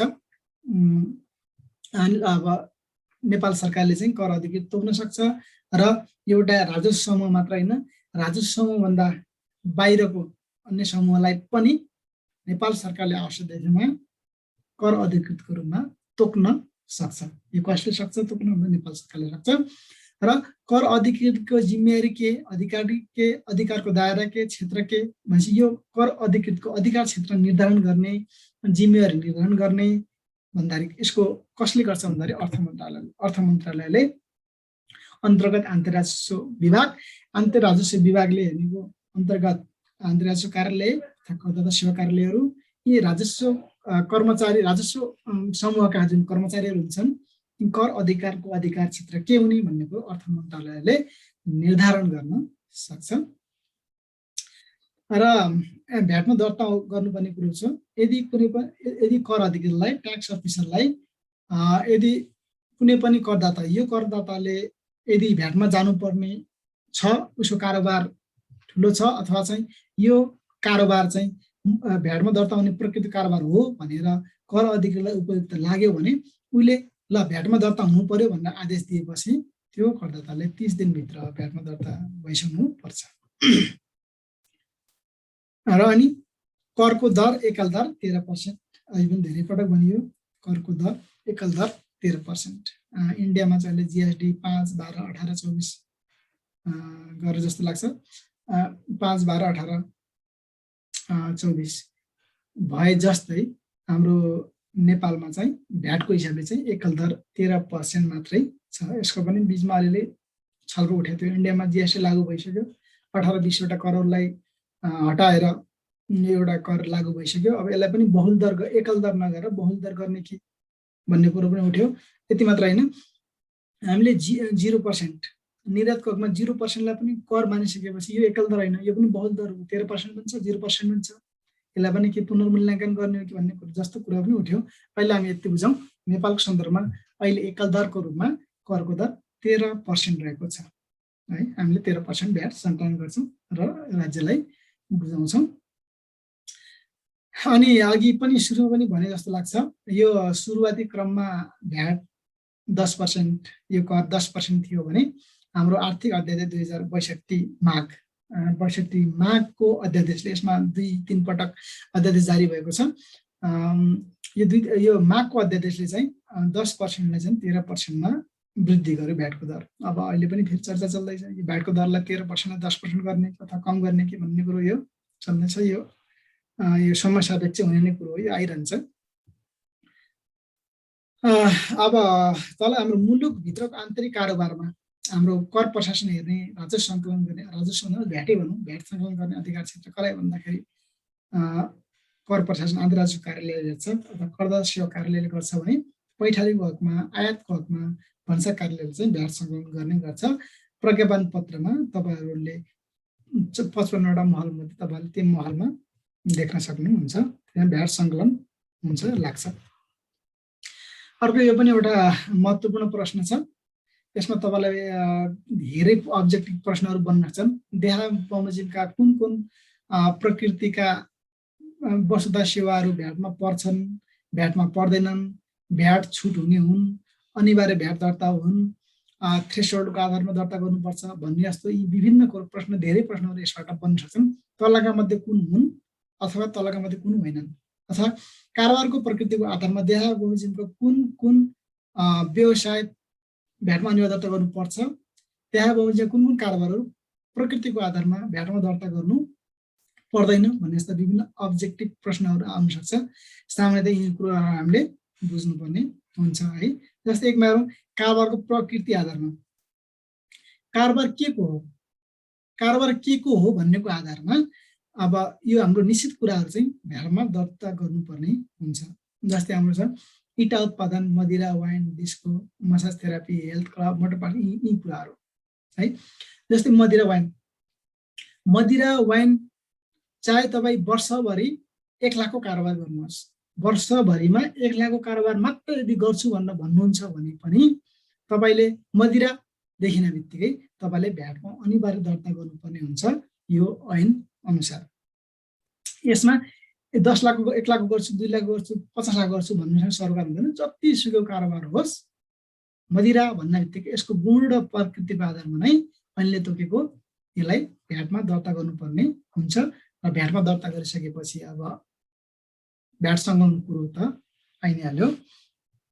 अनि इटा उत्पादन, यो डिस्को, मसाज थेरापी, यी लग्जरियस कुराहरू भए, यो हेल्थ क्लब, यस्ता कुरामा पनि अनिवार्य भ्याट दर्ता हुनुपर्ने हुन्छ। मोटर पार्ट्स पहिला चाहिँ अलि 2टा ठाउँमा राखेको थियो, अहिले एउटा स्पष्ट रूपमा 10को 1मा राखेको अवस्था छ मोटर पार्ट्स। अनि भन्सार एजेन्ट, जुन तपाईँ प्रतिष्ठित व्यवसाय भनौँ न, जुन प्रोफेसनमा जान सुरुवातमा हुनुहुन्छ, जुन प्रोफेसनको ढोकामा तपाईँहरू हुनुहुन्छ, त्यो प्रोफेसन भन्सार एजेन्ट तपाईँहरूले पनि यो कारोबार सुरु गर्दा, व्यवसाय सुरु गर्दाखेरि भन्सार एजेन्टले पनि भ्याटमा अनिवार्य दर्ता हुनुपर्ने हुन्छ। दर्ता भएर मात्रै तपाईँहरूले आफ्नो कारोबार अगाडि बढाउन सक्नुपर्ने हुन्छ। अनि त्यसै गरी टुरिज्मसँग सम्बन्धित ट्रेकिङ, ऱ्याफ्टिङ, प्याराग्लाइडिङ, टुरिज्मसँग सम्बन्धित पर्यटकसँग सम्बन्धित जति पनि कुराहरू छन्, पर्यटनसँग सम्बन्धित यी चिजहरू पनि तपाईँले भ्याटमा दर्ता गर्नुपर्ने हुन्छ यस्ता सेवाको लागि। र यो निर्माणसँग सम्बन्धित ढुङ्गा बालुवा क्रस, निर्माणसँग सम्बन्धित चिजहरू पनि तपाईँहरूले अनिवार्य भ्याटमा दर्ता गर्नुपर्ने हुन्छ। जस्तो अब देख्नु होला, फलाना XYZ बिल्डर्स, XYZ ABC निर्माण व्यवसाय यदि पानमा दर्ता हुनु कर कार्यालयमा आयो भने उसले चाहे ठेक्का नै नपाओस्, ठेक्का पाओस् अथवा नपाओस्, जतिसुकै पाओस्, उसले चाहिँ पहिला भ्याटमा दर्ता हुन्छ अनि बल्ल उसले पान कार्ड उसले पाउँछ र सोही बमोजिम उसले अगाडि कामहरू अगाडि बढाउँछ। यो पछिल्लो चरणमा अलि मदिरामा चाहिँ अलिकति समस्या छ है। देशमा सानो पसल, घुम्ती, गाउँपालिकातिर अब भनौँ आज खोका, त्यसमा चाहिँ मदिरा बेचेको, मदिरा लाइसेन्स लिएको अवस्था छ। त्यसमा उनीहरूले चाहिँ मूल्य अवधि गरेको लेखा हिसाब किताब राख्ने गाह्रो भएको अवस्था छ। यसमा केही हेरफेर हुन्छ कि भन्ने कुरो चाहिँ छ। तर कानुनको हिसाबले चाहिँ यी कुराहरू, यी सबै कुराहरू चाहिँ अनिवार्य भ्याट दर्ता हुनुपर्ने प्रकृतिका वस्तुतः सेवाहरू चाहिँ हुन्। अनि अर्कोमा छ हाम्रो यो थ्रेसहोल्डको आधारमा सीमा, कति कारोबार गरेपछि भ्याटमा दर्ता हुने अथवा कति कारोबार भएपछि भ्याटमा दर्ता हुनु पर्दैन। जस्तै माल वस्तु, वस्तुको हकमा 50 लाख, वस्तु सेवा अथवा मिश्रितको हकमा 20 लाख। सामान्यतः यसरी बुझौँ, वस्तु छ 50 लाखभन्दा तल छ भ्याटमा गइरहनु परेन, वस्तु छ 50 भन्दा बढी छ भ्याटमा दर्ता हुनुपर्छ। सेवाको हकमा 20 लाखभन्दा तल छ भ्याटमा दर्ता हुनु परेन, 20 लाखभन्दा बढी कारोबार तपाईँको वर्षभरिको कुरो गर्दैछौँ, यो वर्षभरि 20 लाखभन्दा बढी कारोबार तपाईँले गर्नुहुन्छ भने त्यो भ्याटमा दर्ता हुनु पर्यो। अब फेरि इक्जाम्पल दिँदै एउटा फलानु भाँडा बर्तन अथवा चाहिँ फलानु हार्डवेयर अथवा फलानु फेन्सी पसल अथवा फलानु जनरल स्टोर छ भने, एउटा चाउचाउ बिस्कुट बेच्ने एउटा जनरल स्टोर छ भने उसले 49 लाखसम्म कारोबार गरे, यदि वर्षभर 49 लाख कारोबार गर्छ भने भ्याटमा दर्ता भइरहनु परेन। तर यदि वर्षभरि कारोबार 50 लाख नाग्छ भने उसले भ्याटमा दर्ता भएर काम गर्नुपर्ने हुन्छ। यसरी वस्तु तथा सेवा अथवा जब होटलले वस्तु पनि बेच्छ सेवा पनि बेच्छ, त्यो सेवामूलक त्यो एउटा होटल छ रेस्टुरेन्ट छ भने उसले वर्षभरिको 20 लाखभन्दा बढी काम वर्षभरि भन्दा 20 लाखभन्दा बढी टर्नओभर गर्छ भने उसले भ्याटमा दर्ता हुनुपर्ने हुन्छ है। एउटा प्रकृतिको आधारमा के हो त्यसको आधारमा दर्ता हुनु पर्यो, अर्को कतिसम्म गरेपछि भन्नेको आधारमा दर्ता हुनु पर्यो।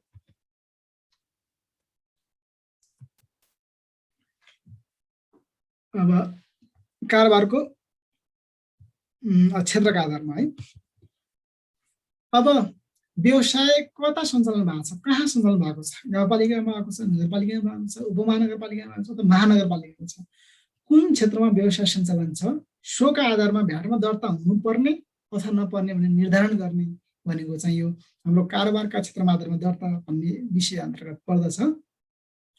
जस्तै हामी लिस्टहरू हेर्न सक्छौँ, hardware, sanitary, fixer, furniture, electronics, marble, यी कुराहरू छन् होइन, लेखा परीक्षण, कानुनी परामर्श, यी कुराहरू छन्।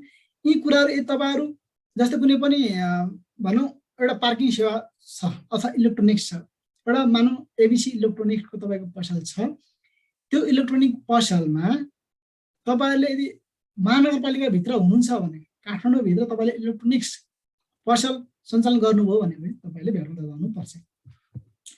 धनगढी उपमहानगरपालिकामा तपाईँले इलेक्ट्रोनिक्स सञ्चालन गर्नुभयो भने भ्याटमा दर्ता हुनुपर्छ। तर यहाँ अन्य जस्तै यो हाम्रो डडेलधुरा अमरगढी नगरपालिका हो, अमरगढी नगरपालिकामा इलेक्ट्रोनिक्स पसल छ भने दर्ता हुनु जबसम्म 50 लाख खर्दैन तबसम्म दर्ता भइराख्न पर्दैन है। यो पनि भर्खरै संशोधन भएको, यो आर्थिक ऐन 2077 चाहिँ नगरपालिका भन्ने शब्द पनि थियो। यसर्थ जति पनि चिजहरू देखेको छन् नगरपालिकाभित्र छन् भने पनि दर्ता हुनु पर्थ्यो भने यो नयाँ ऐन आर्थिक ऐन 2077ले के गरेको छ भन्दाखेरि नगरपालिकालाई शब्दलाई हटाएको छ। पहिला महानगरपालिका, उपमहानगरपालिका र नगरपालिका थियो र यो आर्थिक ऐन 2077ले के संशोधन गर्यो भन्दाखेरि नगरपालिकाको शब्द निकालिदियो। यसर्थ नगरपालिका क्षेत्रभित्र सेनिटरी हार्डवेयर छ भने पनि 50 लाख नकर्दासम्म भ्याटमा गइरहनु पर्दैन। 76 भन्दाखेरि थियो, 77 देखि यस्ताले चाहिँ जबसम्म 50 लाख गर्दैन तबसम्म यो महानगरपालिका उपमहानगरपालिका भित्र होइन भने दर्ता भइराख्न परेन। यसै गरी आइसक्रिम, सटिङ सुटिङ सहितको टेलरिङ सेवा, यी सेवाहरू चाहिँ महानगरपालिका र उपमहानगरपालिका क्षेत्रभित्र छैनन् भने भ्याटमा दर्ता भइराख्न परेन। अरू केही छ प्रश्नहरू? यो पछि गरौँला, के गरौँला?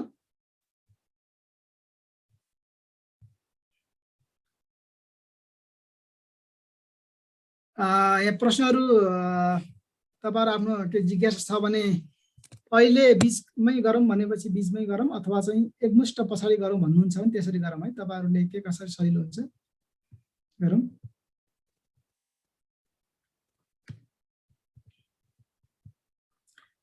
लेखा व्यवसाय त हटाइसक्यो नि सर आर्थिक ऐनले। लेखा व्यवसाय हटाएको होइन, यसमा चाहिँ नगरपालिका भन्ने शब्द हटाएको हो। नगरपालिका क्षेत्रभित्र यदि लेखा परीक्षण लेखा व्यवसाय छ भने भ्याटमा दर्ता भइराख्न परेन। अब चाहिँ है नगरपालिका भन्ने शब्द हटाएको थियो।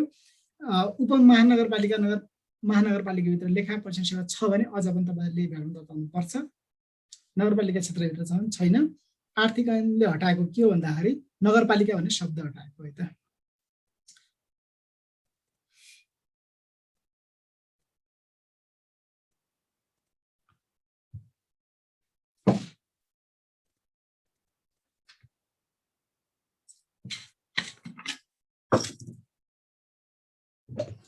मैले आधा मिनट लिएँ त।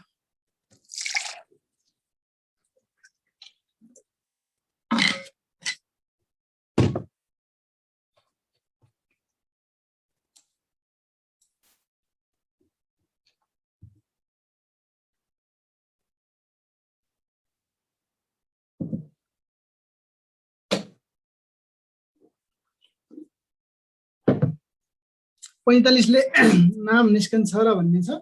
नेगेटिभ मार्किङ कटाएर तपाईँले 45 जति बचाउनु भएपछि निक्लन्छ। यो कोटाको हिसाबले जो तरिकाले सिट खुलेको छ 660 जना त्यो तरिकाले तपाईँको निक्लन्छ। उच्च मनोबलका साथ गर्नुस्, त्यतिले निक्लन्छ भनेपछि अझ राम्रो तयारी गर्नु छ भने कसरी निक्लन्न भन्ने हिसाबले सोचिराख्नुस्, निक्लन्छ है। निक्लन्छ भन्दा पनि अब सम्भावना प्रबल छ, त्यतिले 45-50 निक्लिने सम्भावना प्रबल छ। तपाईँहरूले परीक्षा दिएर आइसकेपछि मेरो 45-50 बच्छ भनेर सोध्नुहुन्छ भने चाहिँ तपाईँहरूको नाम देखिन्छ है, लेखितमा नाम देखिन्छ।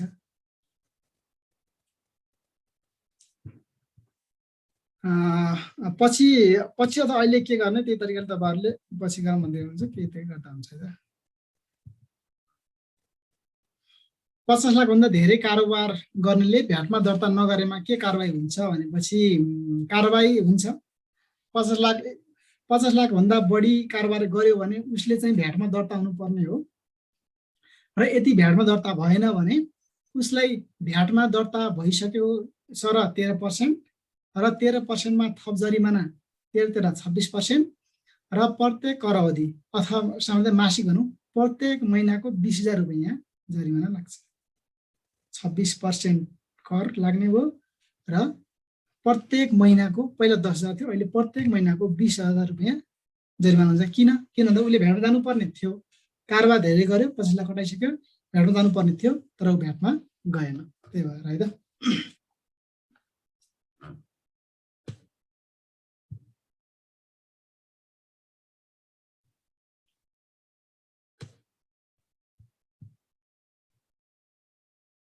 भन्सार एजेन्ट सर्भिस सेक्टर होइन र सर हो, भन्सार एजेन्ट सर्भिस सेक्टर नै हो व्यवसाय।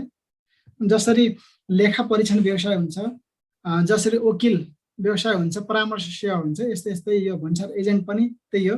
तपाईँहरूको काम भनेको चाहिँ मालधनी, हामीले कर प्रशासनले अथवा भन्सार प्रशासनले तपाईँहरूलाई मालधनीलाई जसरी सोचिन्छ, जसरी ट्रिट गरिन्छ, भन्सार एजेन्टलाई पनि त्यही हिसाबले हैसियत, त्यही हिसाबले चाहिँ हिसाबले हेर्नुपर्ने हुन्छ।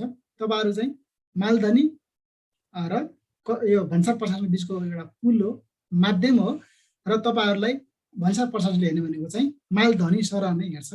यो सर्भिस नै हो, सेवा नै हो।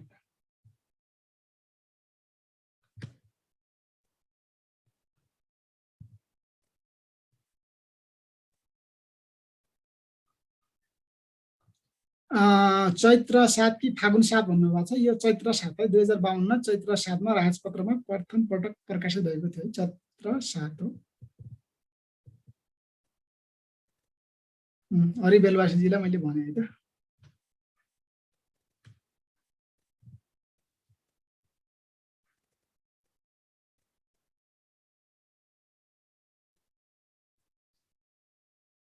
वर्सेस ट्याक्स चाहिँ left on whole tax amount हो, पुरीमा लाग्छ त्यो।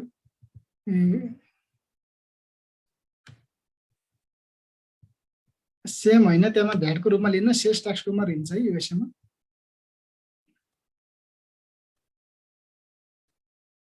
मूल्य अवधि कर र बिक्री करमा गुणमा फरक छ। कति बिक्री गरियो, ओभरअल अमाउन्ट, बिक्री कतिमा सेल्स भयो, कतिमा बिक्री गरियो त्यसमा लाग्छ भने मूल्य अवधि करमा यो भ्याट फिर्ता र भ्याट क्रेडिटका गुणहरू यसमा हुन्छन्। बिक्री कर चाहिँ ओभरअल लाग्छ।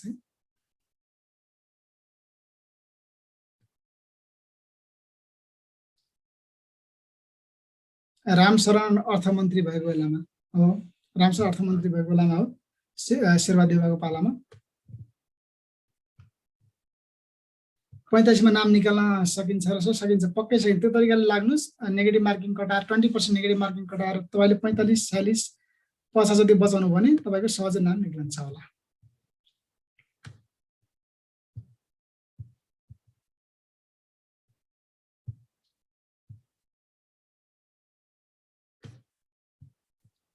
र अब हामी अगाडि बढौँ। अब चाहिँ यो हाम्रो यो दर्ताको प्रकार के प्रश्नहरू छन्, अब गइरित छन् भने हामी अन्तिममा छलफल गरौँला है त।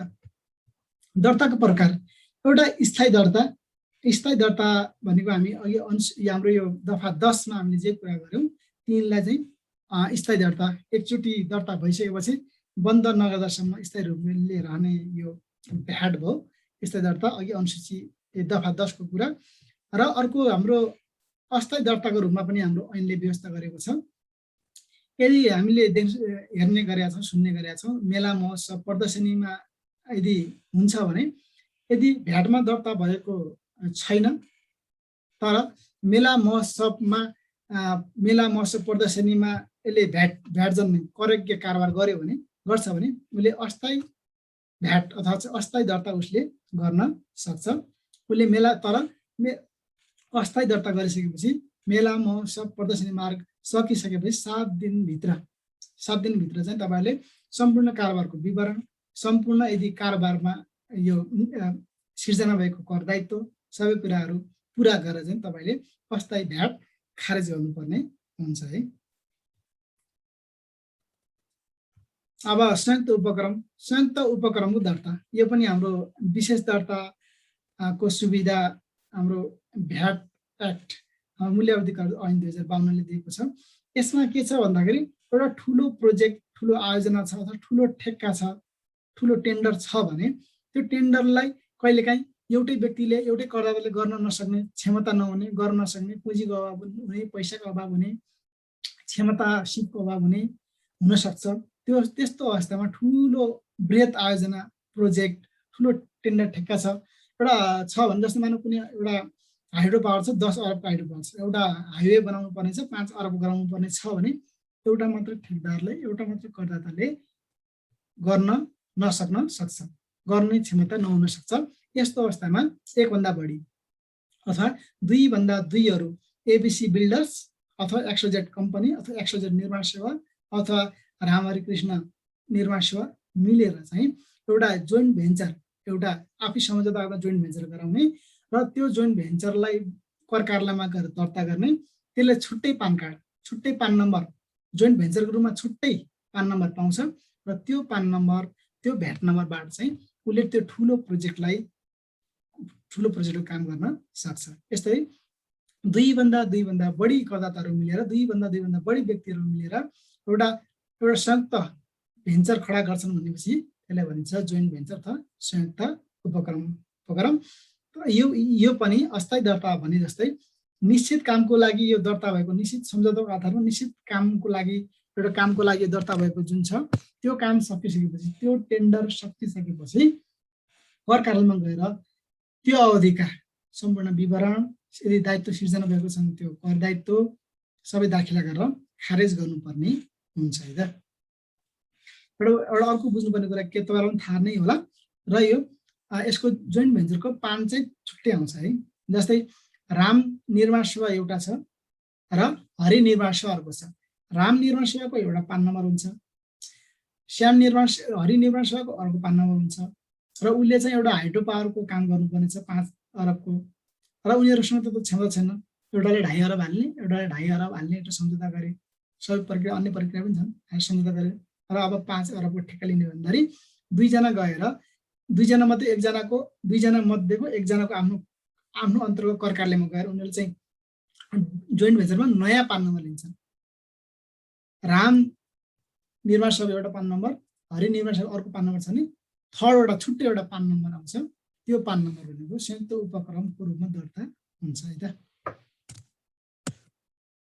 अनि पैठारीकर्ताको हकमा र एउटा अर्को पनि एउटा व्यवस्था नियम छ, मूल्य अवधि कर नियमावलीको नियम 6 ले के पनि व्यवस्था गरेको छ भने भ्याटमा दर्ता हुनुपर्ने हकमा यदि तपाईं 10,000 रुपैयाँ भन्दा बढी, यो पनि एउटा अब्जेक्टिभमा सोध्न सक्ने प्रश्न हो, यो महत्त्वपूर्ण प्रश्न हो।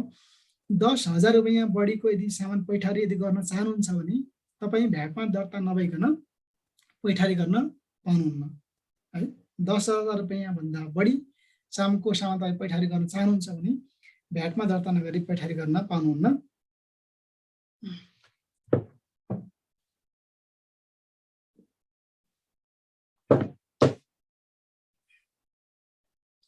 अनुन्न यसको सीमा कति रहेछ पछाडिकर्ताको भनेपछि 10,000 को सीमा छ है त।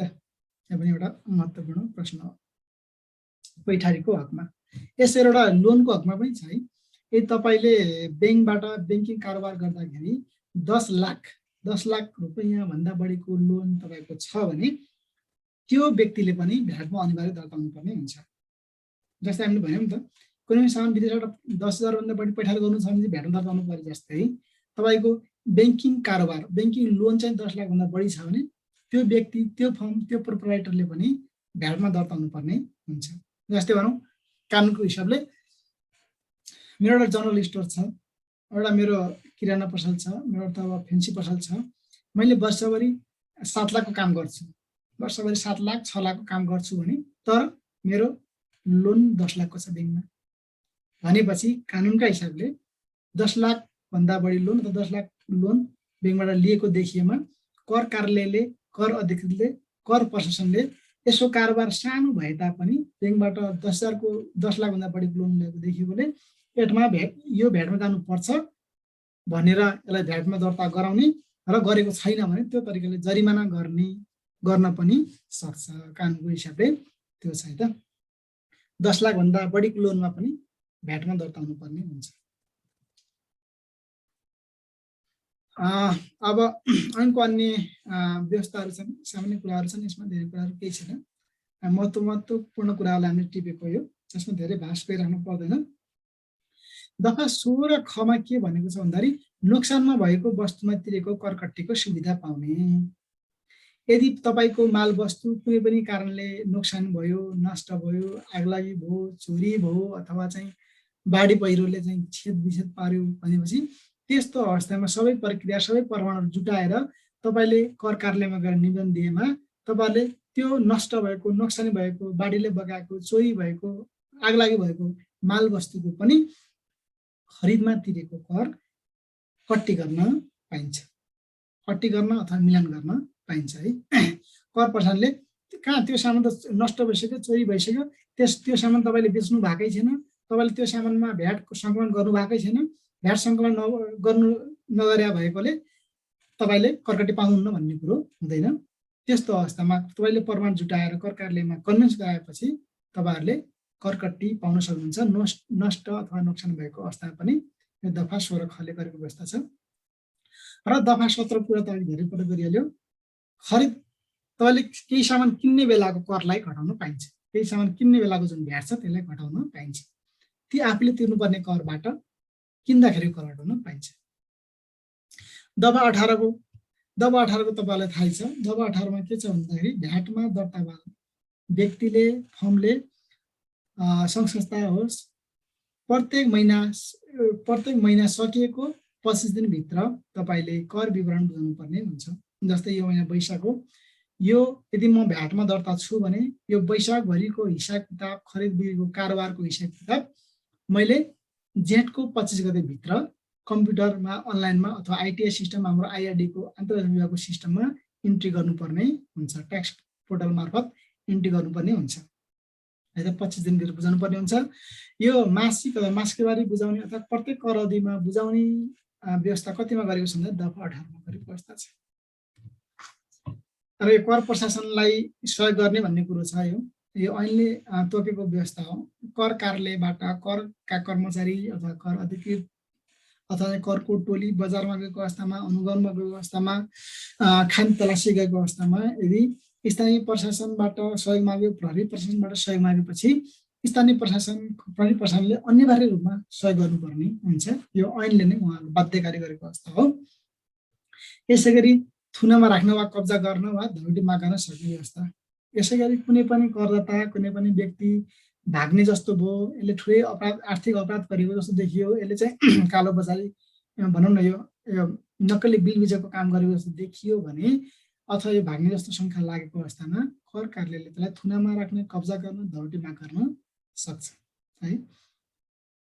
यसलाई अदालतलाई भए बमोजिमकोलाई अधिकार कर कार्यालय हुन्छ करको सन्दर्भमा। अब यहाँ आइसक्यो दफा 31 मा अदालतलाई भए सरको अधिकार।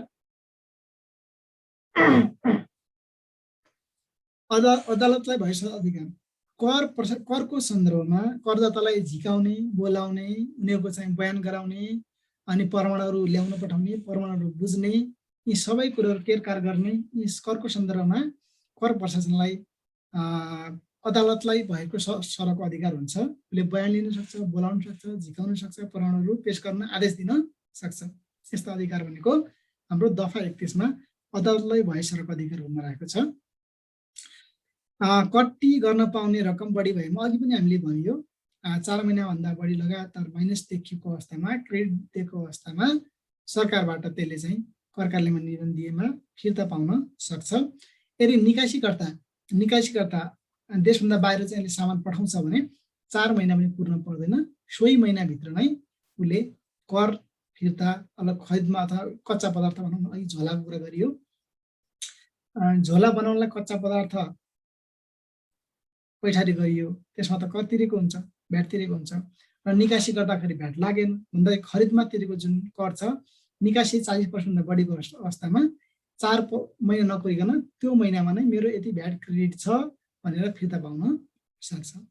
यो माथिल्लो जुन 4 महिना छ त्यो चाहिँ तपाईँले याद गर्नु पर्ने, त्यो पनि महत्त्वपूर्ण प्रश्न है।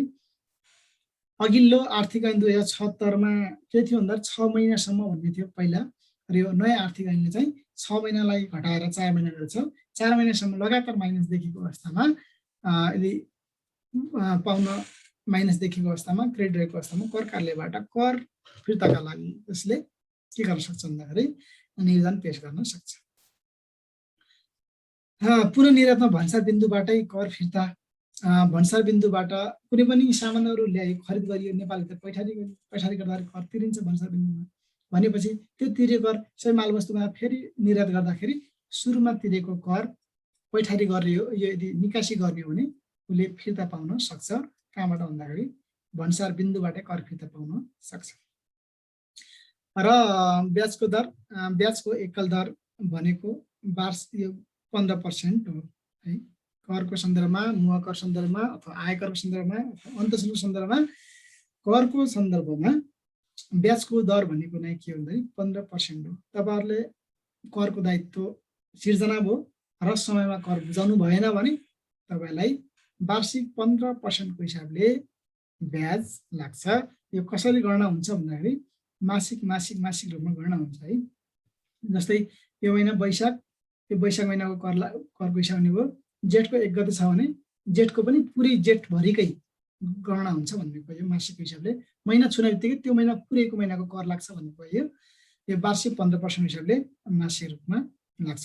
वर्षमा 15% को हिसाबले कर लाग्छ। ब्याजको दर भनेको कति भन्दाखेरि 15%। यो सामान्य प्रश्न देखिन्छ तर महत्त्वपूर्ण प्रश्न हो। र यो छन् तपाईँहरू पनि सजिलै हेर्न सक्नुहुन्छ। यो हाम्रो मूल्य अवधि कर ऐन 2052 को अनुसूची 1 र 2टा अनुसूची अघि हामीले भनेका थियौँ। यो अनुसूची 1 मा हाम्रो 13वटा समूहहरू छन्। तिनीहरू गुण प्रकृति गर्दा 13वटा समूहमा भएका वस्तु तथा सेवाहरूलाई चाहिँ करको दायराभन्दा बाहिर राखिएको छ। यस्ता वस्तु तथा सेवामा चाहे खरिद होस् चाहे बिक्री होस्, यिनीहरूमा भ्याटमा दर्ता हुनु पनि पर्दैन। भ्याटमा दर्ता नभएपछि भ्याटमा सङ्कलन पुरा आउँदैन है। धेरै कुराहरू छन्, 5-6 हजार भन्दा बढी तपाईँहरूले हेर्न सक्नुहुन्छ। पनि सरस्वती केही कुराहरू छन् नानीहरू है। जस्तै आधारभूत कृषि उत्पादनहरू है।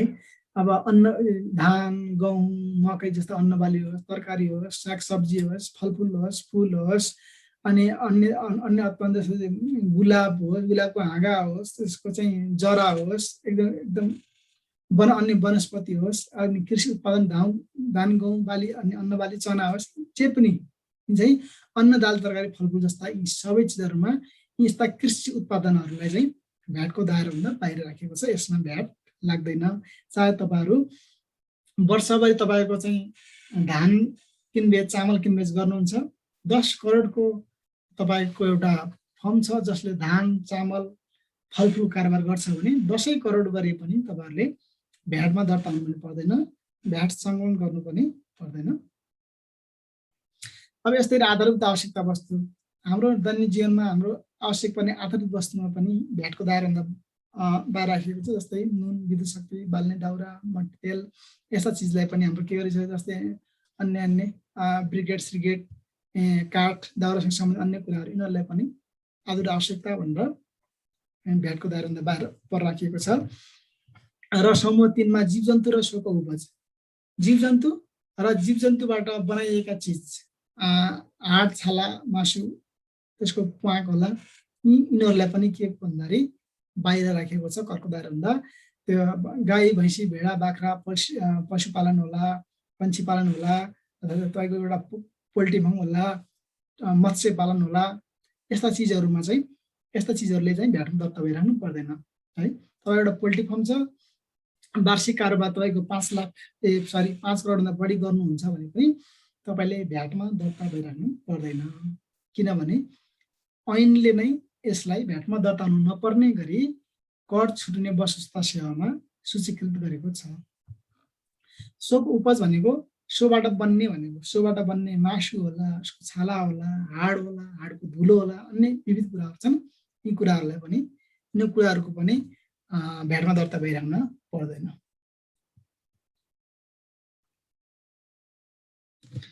कृषि सामग्री, यस्ता कृषि सामग्रीहरूले पनि भ्याटमा दर्ता हुनु नपर्ने गरी व्यवस्थित गरेको छ अनुसूची 1 मा। जस्तै मलखाद, कृषि औजार, पावर टिलर, मिनी टिलर अथवा चाहिँ खेतमा चल्ने ट्र्याक्टर, एकदम रासायनिक मल अथवा प्रारम्भिक मल छ भने त्यो पनि प्रारम्भिक मल होला। यो फस्फोरस, पोटासियम, नाइट्रोजन युक्त जुन रासायनिक मल हुन्छन्, यिनी सबै मल खादहरू चाहिँ पनि भ्याटभन्दा बाहिर राखिएको छ। किन भन्दाखेरि नेपाल कृषि प्रधान देश भएकोले कृषि क्षेत्रलाई प्रबन्धन गर्नका लागि यिनीहरूलाई पनि भ्याट नलाग्ने कारोबार अन्तर्गत राखिएको छ। तर यो पनि कता कता चर्चाको विषय छ। कसैले सामान्य कृषि कारोबारबाट पनि करोडौँ कारोबार गर्ने र लाखौँ करोडौँ मुनाफा गर्ने पनि देखिएको छ। यसलाई पनि भ्याटका यो कृषिजन्यका निषेध सामग्रीलाई पनि भ्याटको दायरामा ल्याउने भन्ने बहस नचलेको चाहिँ होइन। र यसै गरी समूह 5 मा औषधि उपचार र यस्तै स्वास्थ्य सेवाहरू छन्। यिनी आधारभूत आवश्यकताका वस्तुहरू भए यिनीहरूलाई पनि औषधि हाम्रो भ्याट लाग्दैन। अक्सिजन ग्यास, स्थायी सिलिन्डर व्यापक बहस चर्चाको विषय। अब धनगढीमा त अक्सिजन सिलिन्डरको कालो बजारको कुरा पनि यहाँहरूले सुन्नु भएकै छ। यसमा पनि भ्याट लाग्ने कारोबार यिनीहरू होइनन्। औषधि, विभिन्न भ्याक्सिनहरू, यिनीहरूमा पनि भ्याट जन्ने कारोबार यिनीहरू होइनन्। दृष्टिबिन्दु सेतो छडी अपाङ्गलाई बनाएको स्कुटर, चेयर, पोपेडहरू हुन्छ। अनि यदि अपाङ्गका लागि नै डिजाइन गरेको मोटरसाइकल छन्, त्यो यिनीहरू पनि भ्याटमा लाग्ने कारोबारहरू नै होइनन् है।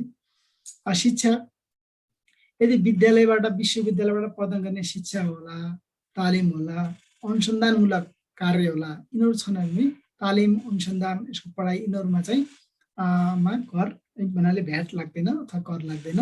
र यसै गरी यदि स्कुलले अथवा विद्यालयले होस्टेल सञ्चालन गरेको छ अथवा चमेनागिरी या क्यान्टिन सञ्चालन गरेको छ भने त्यस्ता क्यान्टिनमा, त्यस्ता होस्टेलमा पनि भ्याट लाग्दैन। पछिल्लो चरणमा यो पनि थोरै बहसको कुरो, यदि कुनै पनि प्राइभेट सेक्टरले होस्टेल मात्र सञ्चालन गरेको छ र विद्यार्थीलाई मात्रै बसाउँछु भनेर क्लेम गर्छ भने त्यो पनि भ्याटमा दर्ता हुनुपर्छ है भन्ने कुरो बहस चलेको छ। तर अहिलेसम्म भएको अवस्था चाहिँ छैन है। किताब, अखबार र मुद्रित सामग्री, यस्ता किताब, पत्र पत्रिका, पात्र, क्यालेन्डर यिनीहरूमा पनि, पत्र पत्रिकाहरूमा पनि यिनीहरूमा पनि भ्याट लाग्दैन। र समूहमा 8 मा कलात्मक र कालीगढी सेवा, चित्रकला, वास्तुकला, मूर्तिकला, हस्तकला लगायतका अन्य ह्यान्डिक्राफ्ट छन्, यिनमा पनि भ्याट लाग्दैन। यो लगायत जस्तै हाम्रो पुस्तकालय, सङ्ग्रहालय यस्तामा पनि भ्याटभन्दा बाहिर छन्।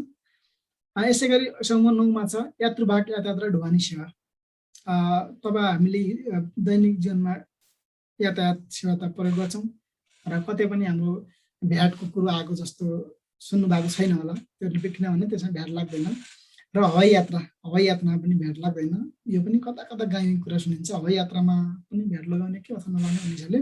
र अहिलेसम्म चाहिँ हवाई यात्रा अथवा अन्य यात्रामा चाहिँ यातायातमा चाहिँ भ्याटको दायराभन्दा बाहिर राखेको अवस्था छ। तर केबल कार बाहेक है, केबल कार बाहेक यो पनि यातायात सेवा त हो, तर यो भ्याट नलाग्ने कारोबार चाहिँ होइन। यसमा भ्याट लाग्ने, भ्याट करेक्टकी कारोबार चाहिँ हो है। केबल कार चाहिँ यो पनि बाहेक छ। अनुसूचीमा पनि प्रष्ट रूपमा बाहेक छ।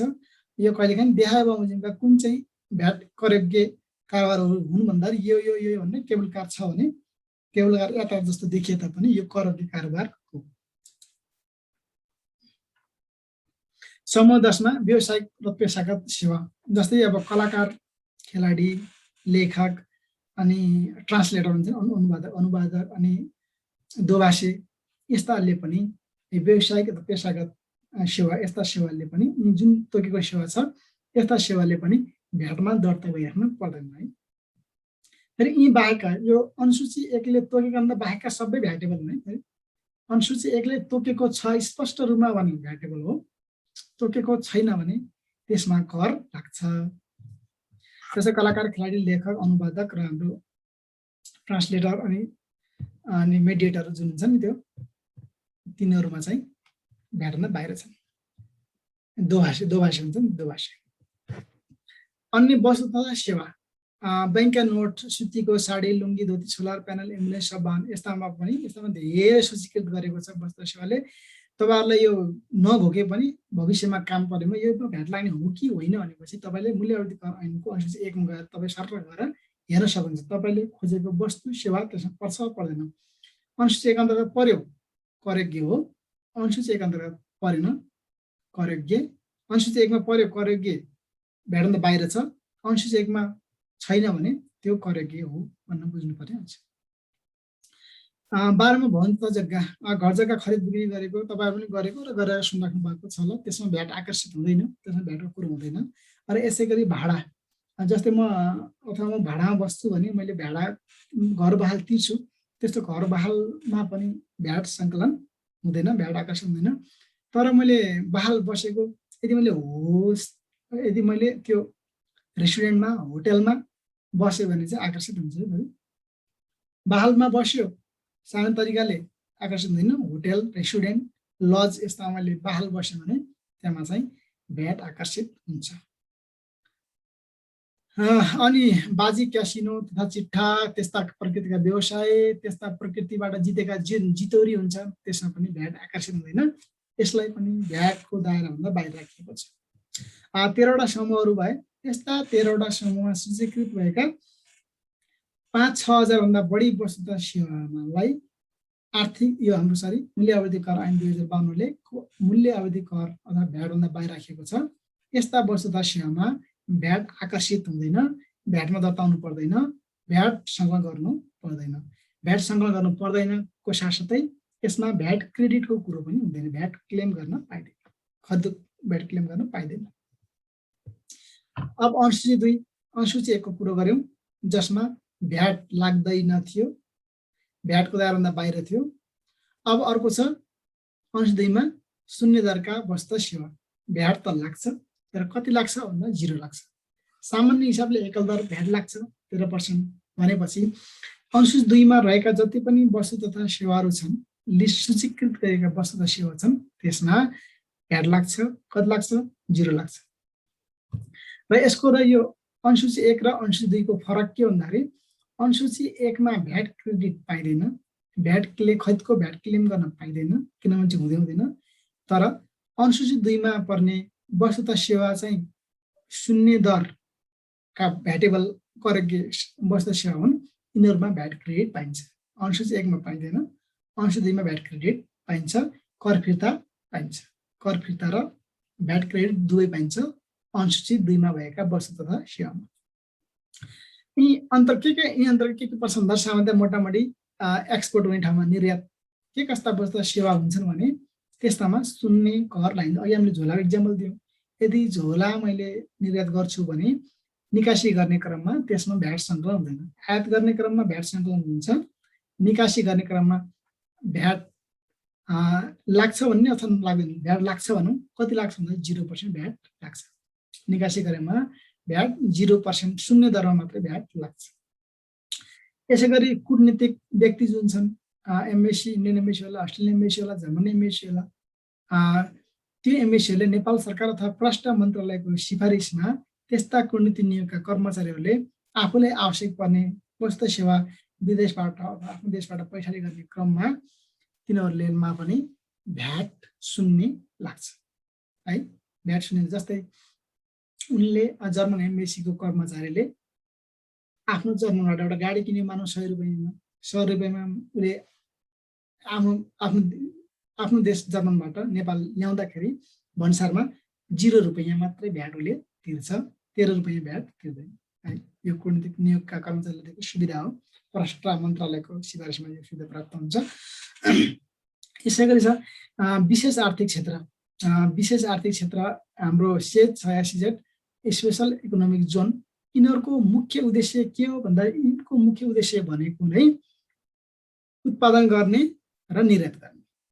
उत्पादन गर्ने र निर्यात गर्ने, यिनीहरूको उद्देश्य नै उत्पादन गर्ने र निर्यात गर्ने उद्देश्य भएको कारणले यस्ता ठाउँमा प्रयोग हुने वस्तु तथा सेवाहरूमा पनि कच्चा पदार्थमा पनि 0 भ्याट लाग्छ है। अब जलविद्युतमा हाइड्रो पावर भए तिनीहरूमा चाहिँ आवश्यक पर्ने मेसिनरीका औजार पाट पूर्जा यिनीहरूमा पनि 0 भ्याट लाग्छ। किन भन्दाखेरि जल स्रोतको देश अथवा चाहिँ हाइड्रो पावर अथवा हाइड्रो फिल्डलाई चाहिँ विकास गर्नको लागि तिनीहरूलाई पनि सामानहरू त्यस्ता प्रकारका पाट पूर्जा तिनीहरूका मेसिन औजारमा पनि भ्याट 0 लाग्छ। र यसै गरी स्कुटर आयात पैठारी यिनीहरूमा पनि अपाङ्गता भएको व्यक्ति गर्ने क्रममा पनि यिनीहरूले 0 भ्याट लाग्छ। र अब जाउँ दण्ड जरिमाना। अघि भन्नुभएको थियो एकजनाले, त्यो कुरो पनि यसमा छ जस्तो लाग्छ। यसमा के कस्तो हाम्रो कानुन विपरीत काम गरेपछि के कति जरिमाना पर्छ मोटामोटी त्यो तपाईँहरूले डिटेलमा अन्य कुराहरू मूल्य अवधि कर ऐनको दफा 29मा पनि के कस्ता कानुन विपरीत काम गरेपछि तपाईँले जरिमाना पर्ने कुराहरूको सूचीकृत गरिएको छ। मोटामोटी यी कुरा हुन्। यदि पान कार्ड तपाईँहरूले देख्ने राख्नु भएन, कुनै पनि व्यवसायीले पान कार्ड देख्ने गरी पसलमा राखेको छैन भने कर कार्यालय करका कर्मचारी जाने क्रममा 1000 रुपियाँ जरिमाना गर्न सक्छ कानुनको हिसाबले। र यसै गरी करपाटी नराखिन 2000। पान नम्बर राखिएन, पान नम्बर तपाईँहरू ब्याकग्राउन्ड देख्न सक्नुहुन्छ। यो ब्याकग्राउन्डमा पान कार्ड छ, अलिकति देखेन।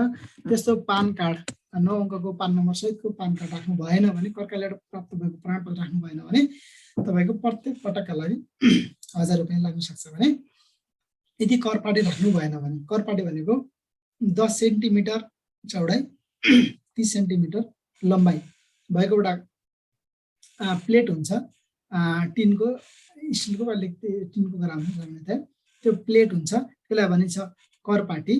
त्यो करपाटी 3 ढङ्गको हुन्छ है। सामान्यतया 3 प्रकारको करपाटी हुन्छ।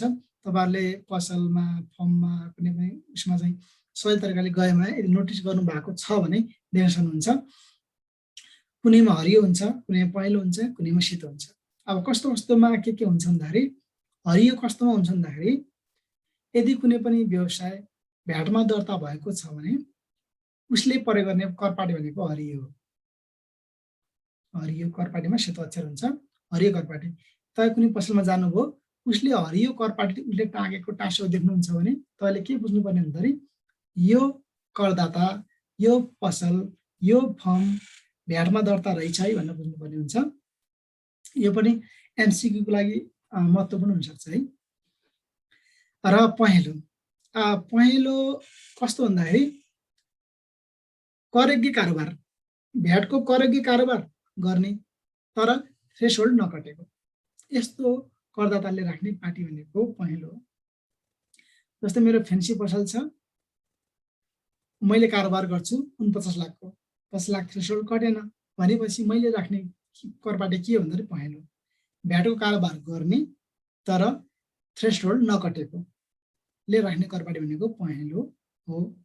र सेतो कस्तो भन्दाखेरि अनुसूची 1, अनुसूची 1 मा जति पनि सूचीकृत छन् तिनीहरूमा चाहिँ करको दायरा, कर छुटका वस्तु तथा सेवाको कारोबार गर्ने फर्म व्यवसायले राख्ने करपाटी भने कस्तो भन्दाखेरि सेतो। जस्तै तपाईँहरू क्लिनिकमा जानुभयो भनेपछि, औषधि पसलमा जानुभयो भनेपछि, औषधि फार्मेसीमा जानुभयो भनेपछि तपाईँले नोटिस विचार गर्नुभएको छ भने के देखिन्छ भन्दा त्यहाँ सेतो करपाटी देखिन्छ है। यो पनि अब्जेक्टिभ हिसाबले महत्त्वपूर्ण छ। हरियो पहेँलो सेतो करपाटी, यसबाट तिनवटा प्रश्नहरू बन्न सक्छन् है। तलका मध्ये कुन करपाटी होइन भन्दा अर्को प्रश्न पनि बन्न सक्छ। बुझ्नुपर्ने कुरा भ्याटमा दर्ता छ हरियो, थ्रेसहोल्ड भ्याटमा दर्ता हुनुपर्ने वस्तु हो तर थ्रेसहोल्ड पुगेको छैन पहेँलो, भ्याटमा दर्ता नै हुनु पर्दैन औषधि पसल सेतो, यी तीनटा कुराहरू छन्। यदि यस्तो करपाट नराखेमा कानुनले 2000 को जरिमाना गराउनुपर्छ भन्ने कुरो दफा 29 मा राखेको छ।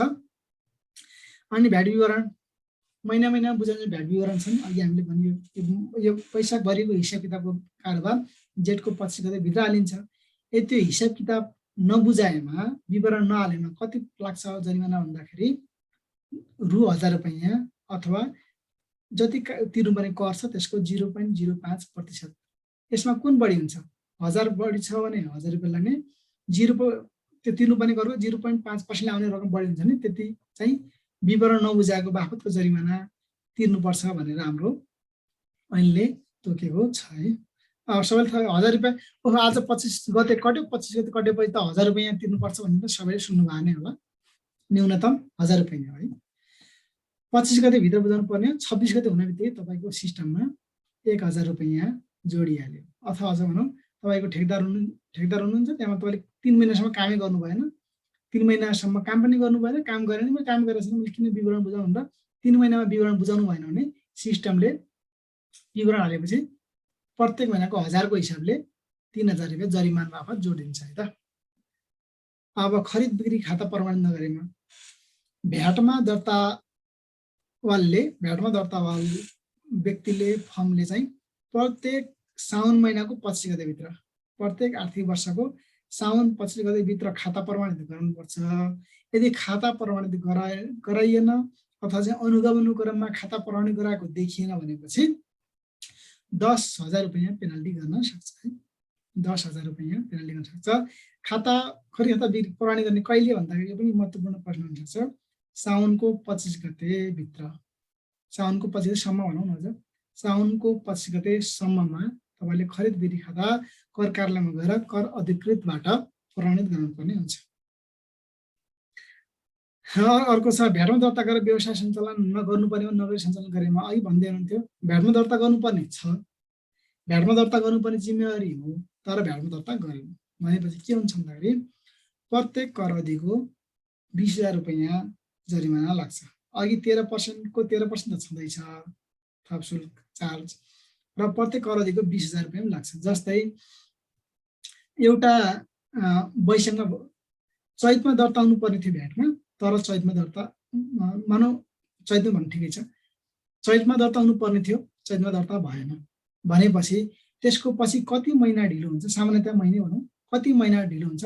प्रत्येक महिनाको 20,000 रुपियाँ अथवा प्रत्येक कर अधिको 20,000 रुपियाँ जरिमाना लाग्छ। किन लाग्छ भन्दाखेरि भ्याटमा दर्ता हुनुपर्ने व्यक्ति हो तर भ्याटमा दर्ता भएन, त्यसको जरिमाना बापत उसले तिर्नुपर्ने हुन्छ। कारोबारको लेखा अपडेट गरेन, खरिद बिक्री खाता कारोबार गरेको छ, खरिद पनि गरेको छ, बिक्री पनि गरेको छ, एकदम कारोबार व्यापक रूपमा सञ्चालन भइरहेको छ, तर खाता पाता खरिद खाता बिक्री खाता 1 महिनादेखि हिसाब किताब खरिद खातामा खरिद कारोबार चढाएको छैन, बिक्री खातामा बिक्री खाता कारोबार चढाएको छैन भने, अनि स्टक खाता पनि मेन्टेन गरेको छैन भने उसले 10,000 रुपियाँ पेनल्टी पर्न सक्छ यदि अनुगमन क्रममा कर कार्यालय कर प्रशासन गयो भने। र ई बिलिङ जति पनि ई बिलिङको सुविधा लिनुभएको करदाताहरू हुनुहुन्छ उनीहरूले यस्तो सिस्टममा अब खरिद बिल, बिक्री बिल, खरिद खाता, बिक्री खाता सबै कम्प्युटरबाट बन्छ, कति बिक्री सबै कम्प्युटरमा ई बिलिङबाट आउँछ र त्यो हिसाब किताब चाहिँ एकैचोटि सिबिएमएसको सिस्टमबाट अन्तर्राष्ट्रिय विभागले पनि हेर्न सक्छ। यदि त्यहाँ हिसाबलाई म्यानिपुलेट गर्ने, हिसाबलाई गडबड गराउने, तथ्याङ्क मेटाउने घटाउने यदि त्यस्तो सफ्टवेयरले प्रयोग गरेको छ भने त्यसलाई जरिमाना स्वरूप 5 लाख जरिमाना हुन्छ। जस्तै भनौँ न कसैले भनौँ 10 लाखको कारोबार गरेको छ, 10 लाख कारोबारलाई एउटा शून्य हटाउन मिल्ने गरी उसले गरेको छ, 10 लाखबाट 1 लाख भयो, 10 लाखको कर तिर्नुपर्ने उसले त 1 लाखको मात्रै कर तिर्ने भयो, 9 लाखको कर राज्यलाई घाटा भयो। त्यस्तो हिसाब किताबलाई म्यानिपुलेट गर्ने, तथ्याङ्कलाई हटाउन मेटाउन त्यस्तो सफ्टवेयर प्रयोग गरेको खण्डमा जरिमाना स्वरूप 5 लाख रुपियाँ उसले जरिमाना तिर्नुपर्ने हुन्छ। र पुनरावलोकन पुनरावेदन सम्बन्धी व्यवस्था लगभग हामी अन्तिम अवस्थामा आइपुगेका छौँ है त। पुनरावलोकन पुनरावेदन सम्बन्धी व्यवस्था भनेको कस्तो भन्दाखेरि यदि ट्याक्स अफिसरले ट्याक्स एसेसमेन्ट गर्यो अथवा चाहिँ यो करदाताले तेरो हिसाब किताबको हेर्दाखेरि गडबड गरेको हिसाबले, नगरेको हिसाबले, खातापत्ता हिसाबले, प्रमाण हिसाबले चाहिँ यति तिर्नुपर्छ भन्ने यदि कर निर्धारण गरिसकेपछि करदाताले चित्त नबुझ्न सक्छ। मैले कर तिर्नुपर्ने यति होइन भन्न उसले भन्ला 100 रुपियाँको तिर्नुपर्छ भनेर चाहिँ करदाताले भने होला 100 रुपियाँ होइन तपाईँले चाहिँ 200 रुपियाँ तिर्नुपर्छ भनेर करदातालाई यदि ट्याक्स एसेसमेन्ट भयो कर निर्धारण भयो भनेपछि उसलाई मैले तिर्नुपर्ने 100 रुपियाँ मात्र 200 त हुँदै होइन म बरु त्यसको लागि पुनरावलोकनको लागि आन्तरिक राजस्व विभागमै जान्छु भनेर भन्यो भने उसलाई कानुनले त्यो सुविधा पनि दिएको छ। उसले आफ्नो कर अधिकृतले कर कार्यालयले कर निर्धारणमा चित्त बुझेन भने निवेदन उसले आन्तरिक राजस्व विभागमा प्रशासकीय पुनरावलोकनको लागि दिन सक्छ। तर त्यो दिने क्रममा उसले धरोहरी पनि राख्नुपर्ने हुन्छ। कति धरोहरी राख्नुपर्छ भन्दाखेरि जुन विवादित कर रकम छ त्यसको 25% है, विवादित कर रकमको 25% उसले धरोहरी राख्नुपर्ने हुन्छ। योभन्दा पहिला 1/3 भन्ने शब्द थियो, अहिले 1/4 भन्ने शब्द छ, अलिकता घटाएको छ। धेरै कर व्यवसायीहरूले यो धेरै भयो 1/3 राख्न नसकिने भयो भन्ने हिसाबले गर्दाखेरि थोरै घटाएर 1/3 को ठाउँमा 1/4 33% को ठाउँमा 25% मात्र धरोहरी राख्दाखेरि उसले बल्ल निवेदन दिन सक्छ यदि ट्याक्स एसेसमेन्टमा चित्त बुझेन भने। र त्यो गरेपछि आन्तरिक राजस्व विभागले अथवा चाहिँ डिजीले 60 दिनभित्र फैसला गरिसक्नुपर्छ। यदि केही गरी 60 दिनभित्र फैसला भएन भने त्यसपछि उसले थप पुनरावेदनको लागि राजस्व न्यायाधिकरण जान सक्छ। 2 कुरा भन्छ 60 दिनभित्र फैसला आयो भने ठिकै छ तिर्ला। यदि 60 दिन फैसला आयो फेरि पनि चित्त बुझेन भने राजस्व न्यायाधिकरण जान्छ। अथवा 60 दिन कट्यो अहिलेसम्म फैसला आएन, म त 70 दिन भइसक्यो निवेदन दिएको आन्तरिक राजस्व विभागमा भनेपछि म राजस्व न्यायाधिकरण मुद्दा लिएर जान्छु भने पनि उसले पाउँछ है त। दुईटा 60 दिन कटे पनि जान पायो र अनि विभागले फैसला गरिसकेको त्यसमा चित्त बुझेन भनेपछि राजस्व न्यायाधिकरणमा जान पायो र त्यसमा पनि चित्त बुझेन भनेपछि सर्वोच्च अदालतमा एकदम गम्भीर प्रकृतिको छ भने सर्वोच्च अदालतमा सोझै जान अथवा चाहिँ यो क्रमिक रूपमा जान पनि सक्छ। अब थोरै छ यो नियमावलीमा धेरै कुराहरू केही छैन है, नियमावली पनि हामी हेरिहालौँ, यसमा धेरै कुराहरू केही छैन। यो प्रकाशित कहिले भयो भन्दाखेरि 53 चैत 1 गते प्रकाशित भयो र संशोधन कहिले भयो भन्दाखेरि पछिल्लो संशोधन 55/8/7 मा चाहिँ पछिल्लो चाहिँ पहिलो है पहिलो संशोधन भयो। यो 22औं संशोधन चाहिँ जेठ 15 गते बजेट भाषण हुने दिन जेठ 15 अथवा गणतन्त्रको दिन दिवसमा हाम्रो बजेट पेश हुन्छ। त्यो बजेट पेश हुने दिन मा चाहिँ 22औं संशोधन नियमावलीमा भएको थियो। यो थोरै बुझ्नुपर्ने कुरा ऐन भनेको जहिले पनि संसदले बनाउँछ र नियमावली भनेको चाहिँ सरकारले बनाउँछ। ऐन संसदले बनाउँछ, नियमावली सरकारले बनाउँछ। ऐनलाई थप सरल गराउँदाखेरि थप परिभाषित गराउँदाखेरि गर्ने उद्देश्यका लागि चाहिँ सरकारले के गर्छ भन्दा नियमावली बनाउने गर्दछ है त। यहाँ सामान्य कुराहरू छन्, यसमा धेरै कुराहरू केही छैन है, के कुरा हामी गर्छौँ। यसमा 11वटा परिच्छेद छन्, 63वटा नियम छन्, अहिले पनि भनियो संविधानको धारा ऐनको दफा भन्ने जस्तै यसको नियमहरू हुन्छ हाम्रो नियमावलीमा चाहिँ।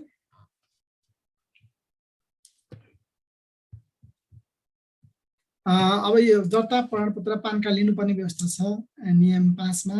यदि पानमा दर्ता भइसकेपछि पान नम्बर लगेपछि पान कार्ड प्रमाणपत्र लिनुपर्ने छ र सानो कारोबारमा भ्याट दर्ता गर्न नपर्ने। अघि पनि भनियो थ्रेस्ट होल्ड भन्दा तल सेवाको अथवा मिश्रित कारोबारको हकमा 20 लाख तल छ भने भ्याटमा दर्ता हुनु परेन। वस्तुको हकमा छ भनेपछि करकीय वस्तुको हकमा 50 लाख भन्दा तल छ भने भ्याटमा दर्ता भइराख्न परेन। यस्तो भनेको के भन्दाखेरि सानो कारोबारलाई भ्याटले को दायराभन्दा बाहिर राखेको छ। यिनीहरूलाई चाहिँ स्वैच्छिक हिसाबले मेरो वार्षिक कारोबार 40 लाख हुन्छ भने पनि भ्याटमा स्वैच्छिक जान नै पाउँछ। मेरो कारोबार 40 लाख छ भने अथवा मेरो कारोबार 20 लाख 30 लाख छ भने भ्याटमा दर्ता हुन पायो, तर कानुनका हिसाबले अनिवार्य चाहिँ हुँदैन। यो नियम 6 को कुरो गरेँ मैले। अर्को महत्त्वपूर्ण संशोधन पनि हो यो नियम 6 को ग। यो आर्थिक ऐन 2076 ले गरेको संशोधन हो। यसमा के छ भन्दाखेरि तपाईले सरकारी निकायसँग ठेक्का करार गर्नुभयो भने 113% भ्याटमा आधा भ्याट उसले आफूले राखेर तपाईको नामबाट ब्याङ्कमा दाखिला गरिदिन्छ। यो कुरो है बढी महत्त्वपूर्ण कुरा छ। फेरि पनि भने मैले नियम 6 को ग यसमा के भन्नु भन्दाखेरि जस्तै मैले एउटा सरकारी निकायसँग ठेक्का करार गरेँ, ठेक्का लगेँ, करार गरेँ, एग्रिमेन्ट गरेँ र मैले 100 रुपैयाँको काम गरेँ। 100 रुपैयाँको काममा चाहिँ 13 रुपैयाँ भ्याट हुन्छ। पहिला के हुन्थ्यो भन्दाखेरि मैले त्यो कार्यालयबाट 100 प्लस 13 113 फिर्ता पाउँथेँ भनेपछि अहिले के हुन्छ भन्दाखेरि 113 को आधा 13.5 100 त पाउँछु र 6.5 म अहिले नै पाउँछु, तुरुन्तै पाउँछु र 6.5 त्यो कार्यालयले मेरो नामबाट ब्याङ्कमा दाखिला गरिदिन्छ। भनेपछि पाउनु त मैले पाउने भएँ, तर घुमाउरो पाराले पाउने भएँ। 6.5% चाहिँ उसले 6.5% मात्रै भ्याट दिन्छ। 6.5% मेरो नामबाट मेरो खाता पान नम्बरमा ब्याङ्कमा दाखिला गरिदिन्छ है। पहिला सोझै 13 रुपैयाँ पाउँथ्यो भने अहिले 6.5 रुपैयाँ मात्रै सिधा 6.5 रुपैयाँ चाहिँ घुमाउरो पाराले दिन्छ। यसको उद्देश्य किन गरियो भन्दाखेरि सरकारलाई तत्काल भ्याटको आधा रकम भए पनि तत्काल प्राप्त होस् भन्ने हिसाबले चाहिँ यो आधा करको 6.5% काट्ने व्यवस्था गरिएको हो है। तर तपाईँले बुझ्नुपर्ने कुरा के छ र अलिक थोरै समस्याको कुरा के छ भन्दाखेरि तर ती कर कार्यालयहरूले ती सरकारी कार्यालयहरूले चाहिँ समयमा त्यो पार्टीको पानमा 6.5% भ्याट दाखिला चाहिँ गरिदिँदैनन्। त्यो समस्या छ, त्यो चाहिँ करदाताले बुझ्नुपर्ने हुन्छ। बाँकी 6.5% दाखिला भयो कि भएन, भयो त्यसको प्रमाण माग्नु पर्ने, त्यसको भाउचर माग्नु पर्ने चाहिँ हुन्छ। यो पनि एउटा महत्त्वपूर्ण कुरा हो, यो चाहिँ तपाईँहरूले बुझ्नुपर्ने कुरा। संक्षिप्त कर बिजकको कारोबारको सीमाको कुरो छ 10,000 सम्म। यदि तपाईँले संक्षिप्त कर बिजकको सुविधा लिनुभएको छ भने कर बिजक भनेकोमा चाहिँ कर बिजक यदि भ्याटमा तपाईँ हुनुहुन्छ भने कर बिजक जारी गर्नुहुन्छ, भ्याटमा जतिको पनि बिल काट्न सक्नुहुन्छ। तर संक्षिप्त कर बिजक भ्याटमा दर्तावालले यदि संक्षिप्त कर बिजकको सुविधा लिनुभएको छ भने उसले 10,000 भन्दा बढीको बिल त्यसमा त्यो संक्षिप्त कर बिजकमा भ्याटमा दर्तावालले एउटा कर बिजक हुन्छ, एउटा भ्याटमा दर्तावालले कर बिजक पनि काट्न सक्छ, संक्षिप्त कर बिजक पनि काट्न सक्छ। यदि सुविधा लिएको छ भने उसले 10,000 भन्दा कम छ भने संक्षिप्त कर बिजक जारी गर्नुपर्ने हुन्छ, जारी गर्न सक्छ र 10,000 भन्दा बढीको छ भने संक्षिप्त कर बिजकमा उसले बिल काट्न सक्दैन। त्यो माछ के काट्नुपर्छ भन्दाखेरि कर बिजक भ्याट बिल नै काट्नु पर्ने हुन्छ। र कसैले भन्यो काम चाहिँ मैले 3,000 को खरिद गरेँ, मलाई कर बिजकै चाहियो, भ्याट बिलै चाहियो भने तपाईँहरूले करदाताले नाइ भन्न चाहिँ सक्दैन। 2,000 को नै छ भने पनि भ्याट बिल चाहिँ दिने जिम्मेवारी चाहिँ त्यो फर्मको हुन्छ। तर कतिको भ्याट बिल केमा काट्ने भन्ने हिसाबले संक्षिप्त कर बिजकमा 10,000 सम्मको बिल काट्न सक्छ। यो पनि महत्त्वपूर्ण प्रश्न है सम्भावित। र अर्को छ कर भिन्न। यो हाम्रो संक्षिप्त कर बिजकको र कर बिजकको फरक के भन्दाखेरि दुईटै भ्याट त भ्याटै भयो, तर भ्याट बिलमा चाहिँ कर बिजकमा भ्याट 13% भनेर देखिएको हुन्छ, संक्षिप्त कर बिजकमा चाहिँ 13% भन्ने हुन्न, त्यो लुकेको हुन्छ। 13% स्पष्ट रूपमा देखिएको हुन्छ, कति 13% बराबरको रुपैयाँ कति भन्ने देखाएको हुन्छ। र संक्षिप्त कर बिजकमा 13% भन्ने हुँदैन, त्यो लुकेको हुन्छ, समेटिएको हुन्छ। हो त्यो संक्षिप्त कर बिजकमा कति 13% कति समेटिएको छ भन्ने कुरो निकाल्ने भिन्न भनेको अनुपात भनेको कर भिन्न हो है। संक्षिप्त कर बिजकमा कति रुपैयाँ समेटिएको छ, कति कर समेटिएको छ भनेको निकाल्ने अनुपात भनेको कर भिन्न हो। त्यो कर भिन्न भने कति भन्दा 13/113 13/113 हो। यो पनि एकदम महत्त्वपूर्ण प्रश्न हो। देहावजीको कर भिन्न कुन हो भन्ने आउन सक्छ, 13/113 लगायत अन्य अप्सन आउन सक्छन्। अथवा चाहिँ संक्षिप्त कर बिजकमा समेटिएको कर कसरी निकालिन्छ भन्दाखेरि 13/113 ले गुणा गरेर अथवा कर भिन्नले गुणा गरेर निकालिन्छ। 13 किन भनियो भन्दाखेरि भ्याट 13% भएर। यसको खास सूत्र के भन्दाखेरि करको दर अपन 100 प्लस करको दर, करको दर अपन 100 प्लस करको दर। यसको अर्थ 13/13 100 प्लस 13 113 यसरी यो निकालेको। यो पनि महत्त्वपूर्ण प्रश्न हो। र अघि भनियो यो भ्याटमा दर्तावालले हिसाब किताब 6 वर्षसम्म सुरु गर्नुपर्छ, खातापाता र ब्याजको गणना महिनाको आधार हुन्छ। अघि भनियो वैशाख छ, जेठ 1 गते लागे पनि पुरै जेठको हिसाब किताब 2 महिना भन्दै गणना हुन्छ र ब्याज 15% भन्ने कुरा हामीलाई थाहा छ। त्यो र करकट्टी गर्न नपाइने यो मूल्य अवधि नियमावली 39 मा चाहिँ करकट्टी कस्ता पाइने भन्ने छ। नपाइने केमा पाइँदैन भन्दाखेरि भ्याट करकट्टी गर्न नपाइने तपाईँले पेय पदार्थ कोल्ड ड्रिङ्क्सहरूको खानुभयो त्यसमा खर्च भयो त्यसको खर्च पाइँदैन। अल्कोहल मदिरा रक्सी बियर ब्रान्डी विस्की जे पनि होला त्यो मदिरा जन्ने त्यसमा पाइँदैन। कोल्ड ड्रिङ्क्स जन्नेमा पाइँदैन, मदिरा जन्नेमा पाइँदैन। पेट्रोलियम पदार्थ पेट्रोल डिजल एलपी ग्यास त्यसमा पनि पाइँदैन। र तपाईँले खर्च भयो, खर्च केमा भन्दाखेरि मनोरञ्जनमा भयो है। कुनै पनि साथीभाइ आयो, साथीभाइ फर्ममा साथीभाइ आयो, साथीभाइलाई चाहिँ खुवाइयो पिलाइयो मनोरञ्जन गराइयो भने त्यसमा पनि पाइँदैन। मलाई यो फर्मको नामबाट म थाइल्यान्ड घुमेर आउँछु भनेर मनोरञ्जन गर्नु पो के गर्नु त्यसमा पनि भ्याट क्लेम गर्न पाइँदैन है। मनोरञ्जन पेय पदार्थ मदिरा जन्ने पेट्रोलियम पदार्थमा चाहिँ भ्याट क्लेम गर्न पाइँदैन। पहिला यो डिजेल अहिले मुद्दा पनि छ, यो डिजेलमा क्रेडिट गर्न नपाइएर समस्या भयो भन्ने हिसाबले चाहिँ समस्या कुरा मुद्दा पनि उठाएको छ। अहिले चाहिँ अब खर्च दाबी गर्न चाहिँ मेरो यति खर्च भयो भन्न चाहिँ पायो, मैले डिजलमा को भ्याट यति तिरेँ मैले भ्याट घटाइ पाऊँ भन्न चाहिँ पाइँदैन है। यसको मुख्य लजिक कुरो के छ भन्दाखेरि पहिला पहिला लोड सेडिङ धेरै हुन्थ्यो नेपालमा। लोड सेडिङ धेरै भइसकेपछि डिजलमा चाहिँ इन्धनमा भनौँ न सामान्यतया निर्माण व्यवसाय लगायत अन्य व्यवसायले इन्धनमा बढी डिजलमा बढी खर्च गर्थ्यो। डिजलमा बढी खर्च भइसकेपछि त्यो पनि कारोबारमा व्यवसायमा प्रयोग भएको भन्ने हिसाबले भ्याट क्लेम गर्न पाइन्थ्यो। पछिल्लो चरणमा अब लोड सेडिङ हटिसक्यो, लोड सेडिङ हटिसकेपछि डिजल इन्धनले कम खपत हुन्छ, त्यो कारणले चाहिँ यसबाट भ्याट क्लेम गर्न नपाइने एउटा कुरा त्यो पनि भयो। अनि अर्को कुरा के हो भन्दाखेरि धेरै निर्माण व्यवसायिक करदाताहरूले भनौँ न अनावश्यक इन्धनमा चाहिँ भ्याट दाबी गरेको देखियो, त्यसलाई पनि अलिकता न्यूनीकरण हुन्छ कि भन्ने हिसाबले पनि यसमा भ्याट दाबी गर्न पाइँदैन।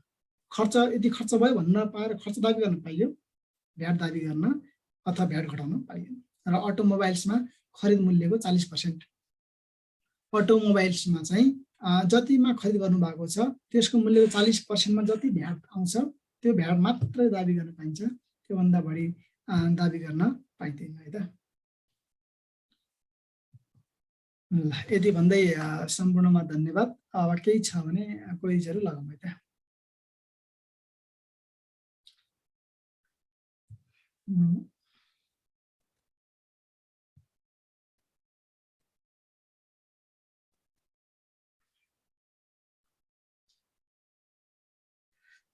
कर कट्टी र भ्याट क्रेडिट एउटै हो सर? एउटै हो। यो हामीले कर कट्टीको कुरो भ्याट क्रेडिटको कुरा गरेका छौँ, एउटै हो। यो खरिदमा तिरेको करलाई घटाउन पाउने सुविधा